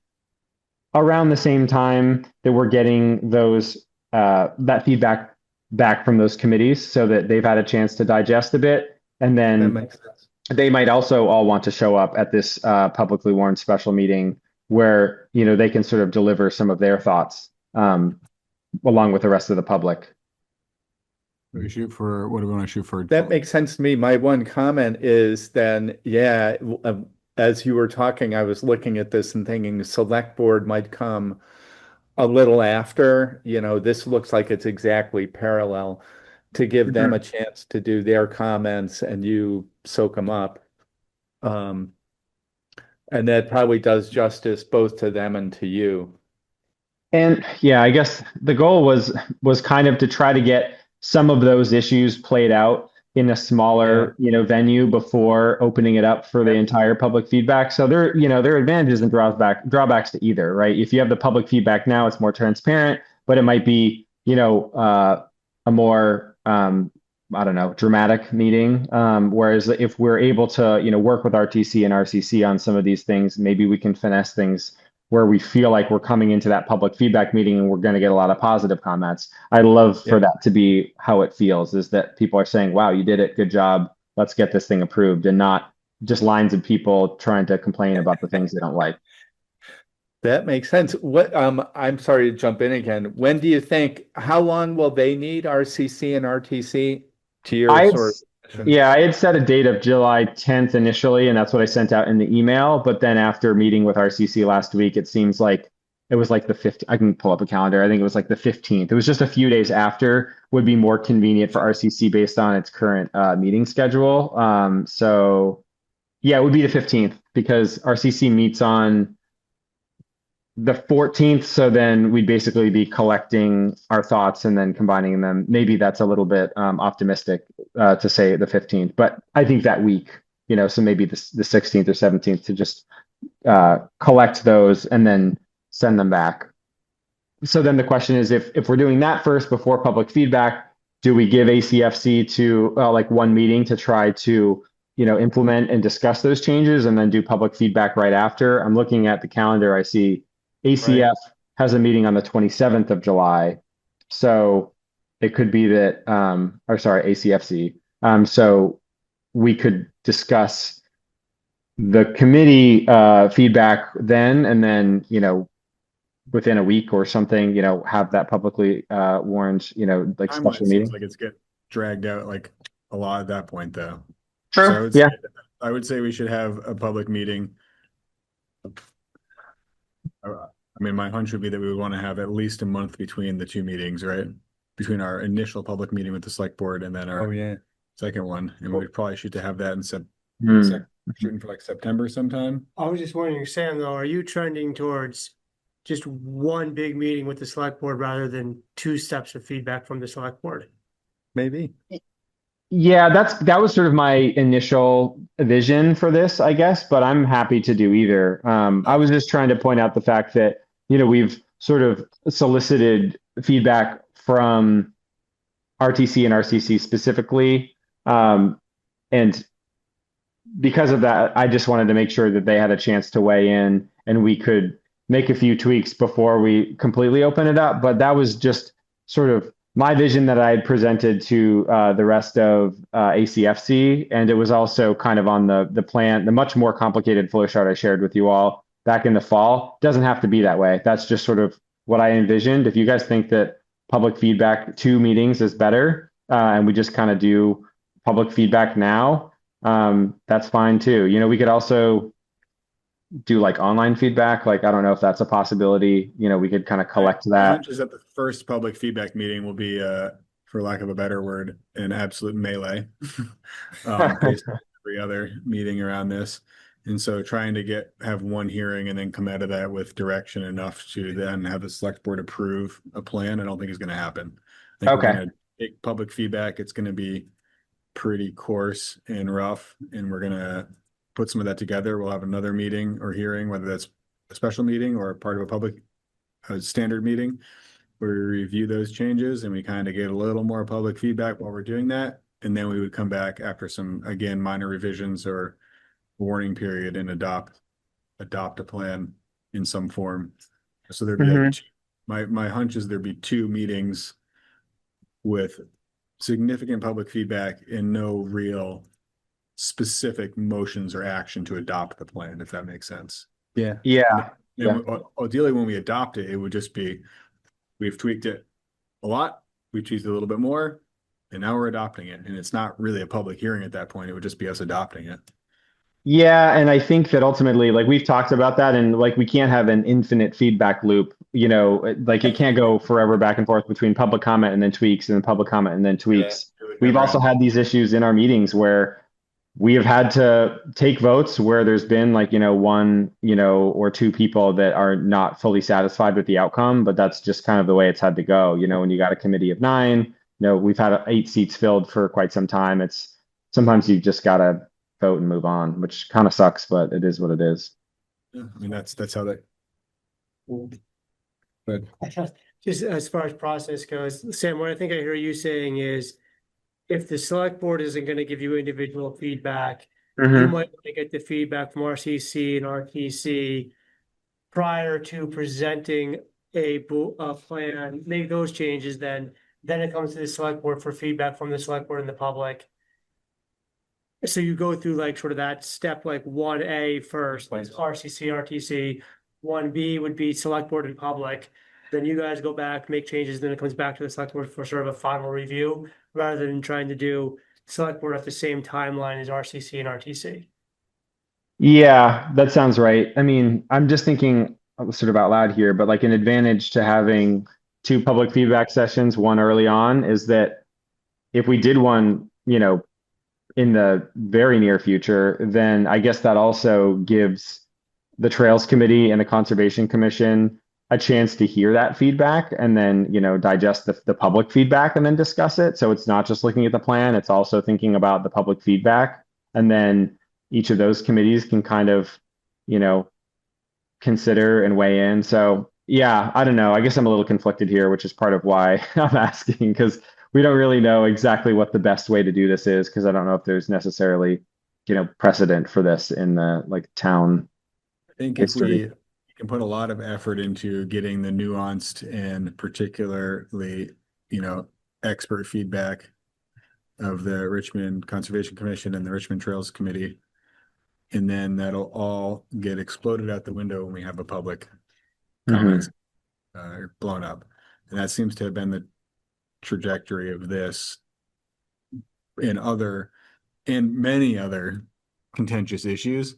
And so I guess my hunch would just be that we get the initial public. It seems like everyone has a very strong reaction at first. And after that initial meeting, everyone realizes that the magnitude of compromises that have to be made. And the second time around, there's some real, maybe not buy-in, but some people are, they realize the challenge and they buy into not the plan, knowing that they're not going to get exactly what they want. But that initial meeting, everyone comes in and thinks they're going to change the entire thing to be what they want. And it's generally not productive. That happened with with many things. Stop signs happened with this committee. It happened with, sidewalks. It happened with all kinds of things. And I think if we set the goal of having one major community meeting and making a decision off of that, we will set ourselves up for that again. If we set the goal as having a public meeting just to get feedback, knowing there will be no decision out of that whatsoever, it sets the expectation so that we can move forward constructively, no matter how unconstructive that meeting may end up being. Okay. Yeah. I think that's fine. We got to manage our expectations around how productive a first meeting would be. It could be great. I have faith a lot of people in our community can be, strong debaters and considerate community members. But if it does go off the rails, I don't want there to be the expectation that we come out of that and somehow using only that feedback, we pull this back around. Yeah, so I guess my thought, yeah, I agree with that. And I am kind of bracing myself for the public feedback, because I know I've seen, well, I was at the meeting in 2023. This is before I was even really involved with ACF stuff at all. And I followed some of, the debates and whatnot. So I kind of know what to expect. Is your vision that the first meeting would be just kind of rather than a discussion, it would be more of people are just giving feedback and then we just kind of end the meeting? Or would this be a back and forth discussion? Or is this really just a forum to collect the information and then to just say, okay, we're done. Everyone said their piece. We're going to take this information and do our best to work this into the plan. And then we'll have another meeting later where we can kind of discuss the results. Not entirely sure. I'd have to kind of think about that a little bit, honestly. Okay. I hadn't thought through it. I don't know if Bart or David or anyone has any opinions on that. I don't. In my head, I was thinking you'd start, 15 or 20 minutes of what's in here? How did we get to this? What are the compromises that we've made? I'll just say what I heard in the past, more than a year ago, was people didn't feel heard or felt locked out, that there was the fix is in on something, whether that's true or not. It's what people perceived or felt. And at least I don't feel that at this point. I see this as a bona fide or good faith effort for compromises. And I think you're right that you put your finger on something. One of the disappointments, people are going to be looking for a trail map where they want a trail to go. And this has been a bit more about goals and actions or activities that precede a trail, if that makes sense. Yeah, exactly. And I don't know. I'm excited to try to build some trails. Even as the conservation commission representative, I think we've come up with a responsible framework for doing this. And so I'm enthusiastic about, the next step, and that folks can propose trails and we can, walk them and flag them and see, how we can put responsible trails in the forest within constraints that we can all feel good about. So yeah, I think we can have a productive discussion about it. I just didn't know if we had thought that the feedback was going to be just, everyone sort of deliver your feedback and then we'll move on, or if we kind of want to have like a debate about it, or almost like a defense, where it's like the ACFC presents the plan, people ask their questions, and then we're trying to, basically go through and specifically, defend the decisions that we made. Like, I don't want it to feel too combative. I'm hoping people will feel pretty good about the plan, but I'm sure there are things people will disagree with. So I'm not familiar with how these things go typically. And so I'm not sure what you think will result in a more productive meeting, is just getting the feedback and then doing our work, or for us to try to help folks understand, well, here's why, we went this other route versus what you're suggesting. I'm going to say, I don't think you should feel compelled to reply or rebut or support comments in real time. I think a lot of it is to hear what people's complaints or concerns are. But I think also at the beginning, that was why in my head, I was thinking a short presentation at the beginning to talk about the compromises and trade-offs that you've made in the current plan. Yeah, I think it's important for you to be there to answer questions or maybe clear up any misconceptions or provide clarity. But yeah, again, with Bart, I don't think responding in real time is probably not going to be productive.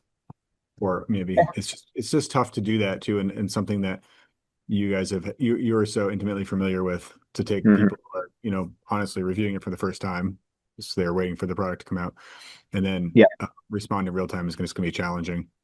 Yeah, especially because the forest has a long history, and like I don't have all of it. I've tried to educate myself on the whole history, but Richmond bought the plot back in 2018, and here we are in 2026, and I've had that feedback before in a meeting before, where it's just like, I don't really know how to answer this. I'm gonna have to get back to you, which can be hard, but yeah, I don't want to misstate, especially if I haven't considered a certain question or don't know the answer to it. Then I think it's better to consider that and then respond afterwards, or make tweaks to the plan after if we feel like it's warranted. So it sounds like we have a little bit of time. If we're going to solicit RTC and RCC feedback, we could mull this over for a couple weeks at our next meeting to decide when to set those hearing dates and what the scope of those hearings would be. Okay. Yeah, that sounds good. I guess I'll plan on attending the next select board meeting if that's going to be on the agenda. Earlier on the agenda. How's that? Yeah, that works great for me. It was fine tonight because I had an ACFC meeting anyway, so no big deal. So this would be is it June 1st? Yep. Yes. Okay, cool. Well, yeah, just let me know, I guess, if you need anything from me in the meantime, and I'll plan on attending. I actually should probably be there anyway because there's some RCC business for a CRF app. So June 1st is great for me.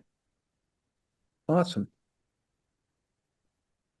I appreciate. Yeah. Thank you so much for the guidance here, and I'm really looking forward to the progress we can make this summer, and hopefully, before the end of the summer, you guys are signing this thing, and we can, we can move into the next phase of the forest and just enjoy it and not just talk about it so much. Yeah. Great.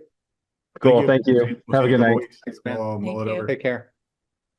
We are skipping P and Q.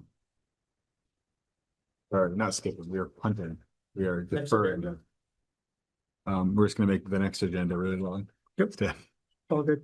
So on to R, consideration of approving a contractor for fog line and center line striping. We solicited, well, we didn't. The town solicited bids. Pete solicited bids. The low bid was for $18,726.14 from L&D Safety Marking. They're the ones who did the same work, maybe not the identical work location-wise, but the same work in town in 2024. Pete has indicated he was satisfied with their work. I remember that going in, went in smoothly.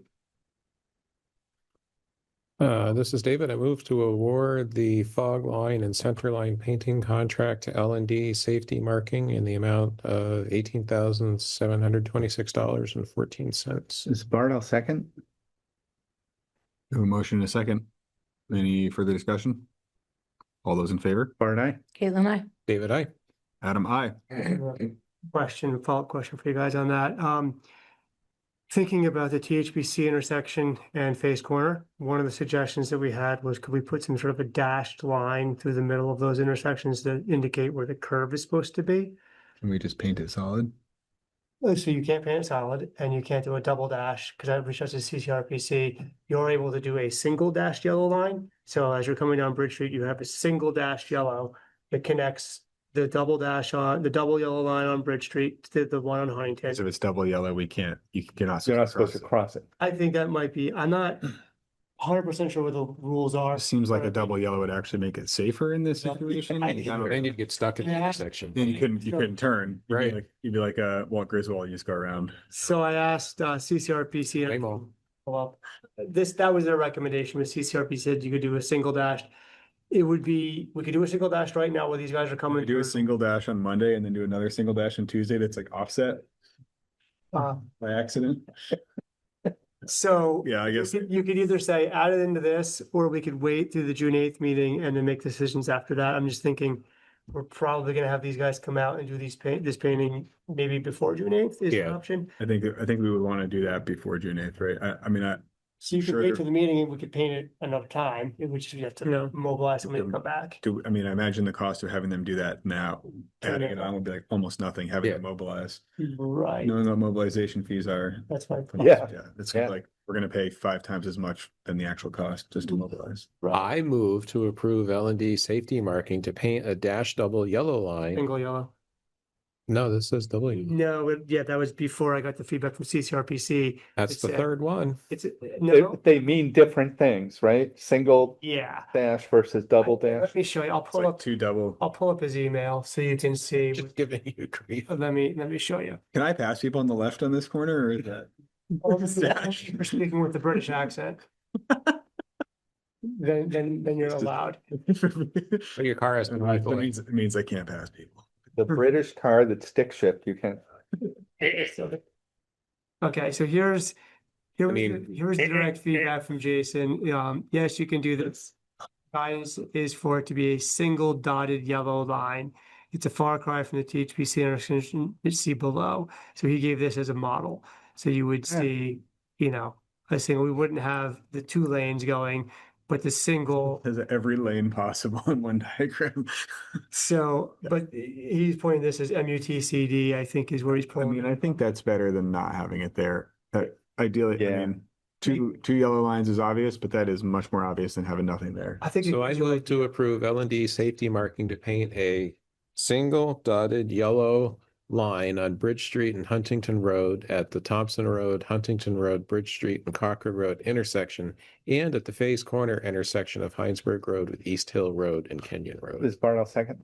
We have a motion and a second. Any further discussion? Those in favor? Bart, aye. David, aye. Oh, sorry. Caitlin, I. David, aye. Adam, aye. Okay, thank you guys. Next, we have consideration of approving liquor licenses for Schaefers and the Lucky Spot. The Lucky Spot Mart Inc. I didn't know that was the name of Lucky Spot. Reminder that a first class liquor license is to serve beer and wine on site. Second class license is to sell beer and wine to be consumed off premises. And third class license is to serve spirits on site. And this is Caitlin. I move to approve first and third class liquor licenses for Schaefers. Is Bart, I'll second. Motion is second. All those in favor? Bart, aye. Caitlin, I. David, aye. Adam, aye. Caitlin, I move to approve a second class liquor license for the Lucky Spot Mart Inc. Is Bart, I'll second. We have a motion and a second. Any discussion? All those in favor? Bart, aye. Caitlin, I. David, aye. Adam, aye. Adam, this is David. I move to approve the minutes from the May 4th, 2026 meeting. This is Caitlin, I'll second. Any discussion or corrections? I didn't have any. Mhm. All those in favor? Bart, aye. Caitlin, I. David, I. Adam, aye. We have one purchase order, and I believe it is for the, yeah, so this is for, you can pull it up. Yeah, I'm gonna get The taking purchase order 5385, for Mangan Construction for the Emergency Watershed Protection Program project that was completed on Dugway Road. This was grant funded, correct? Like with a homeowner match, I believe, right? And actually, this one had no match. Oh, right. So yeah, the from the 2023 storm, let me share here quick. Is this the bank that was eroding? Yeah. Gotcha. This has, this is a bank on the Huntington River behind the proprietor's house. So yeah, this grant flows all the way, it flows through the town. Usually there's a 25% match that the homeowner pays for, but from the 2023 storm, they funded them all at 100%. So we'll pay the invoice and then we'll get reimbursed 100% from the state. Perfect. This is David. I move to approve purchase order number 5385 to Mangan for construction of the Emergency Watershed Protection Program project at the Dugway Road site in the amount of $68,034. Ms. Bart, I'll second.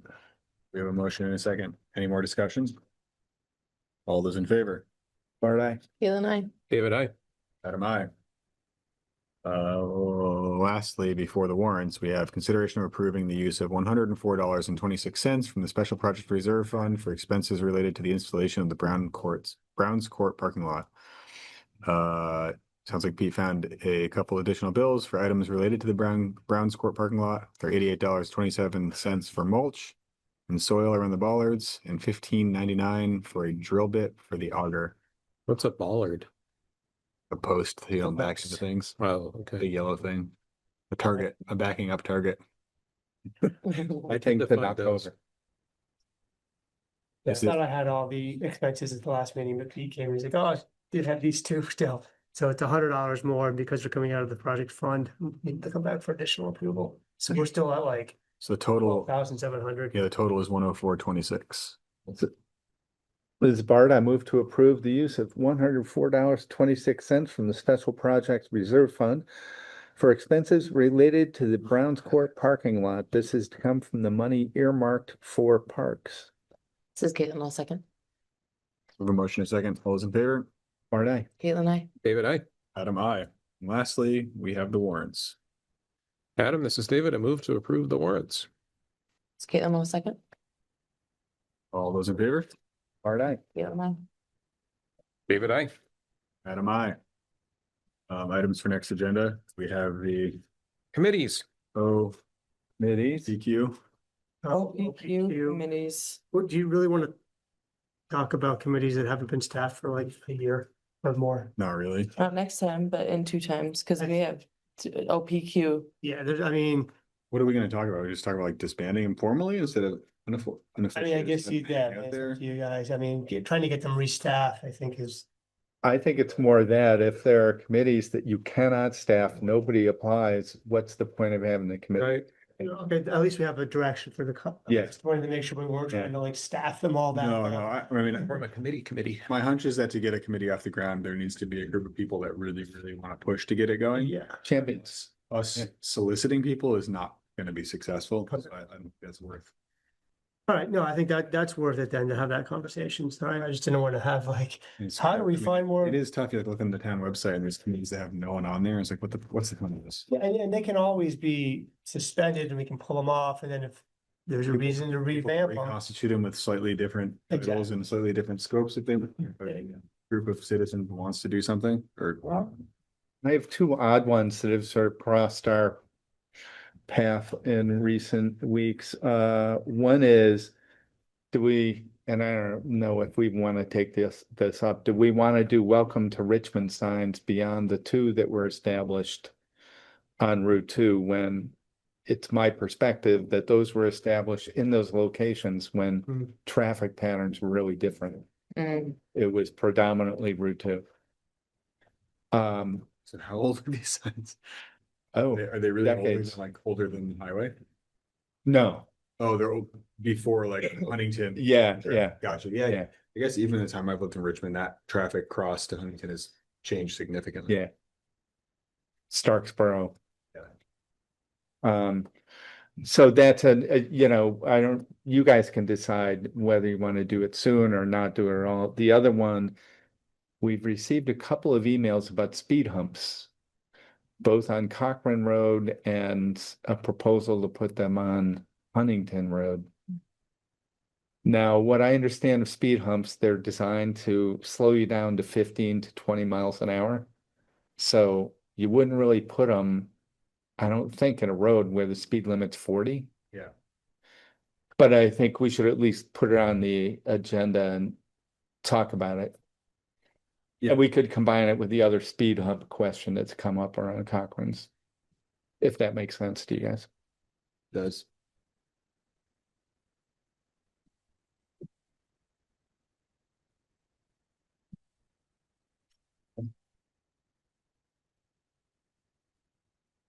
We have to revisit the increases. The That's the job. possible. Yeah, I took notes on that. sort of tabled. Yes. Look into that.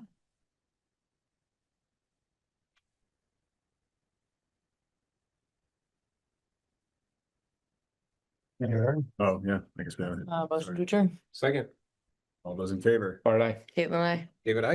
Out of my. Thank you, everyone. Have a good night. Thanks all.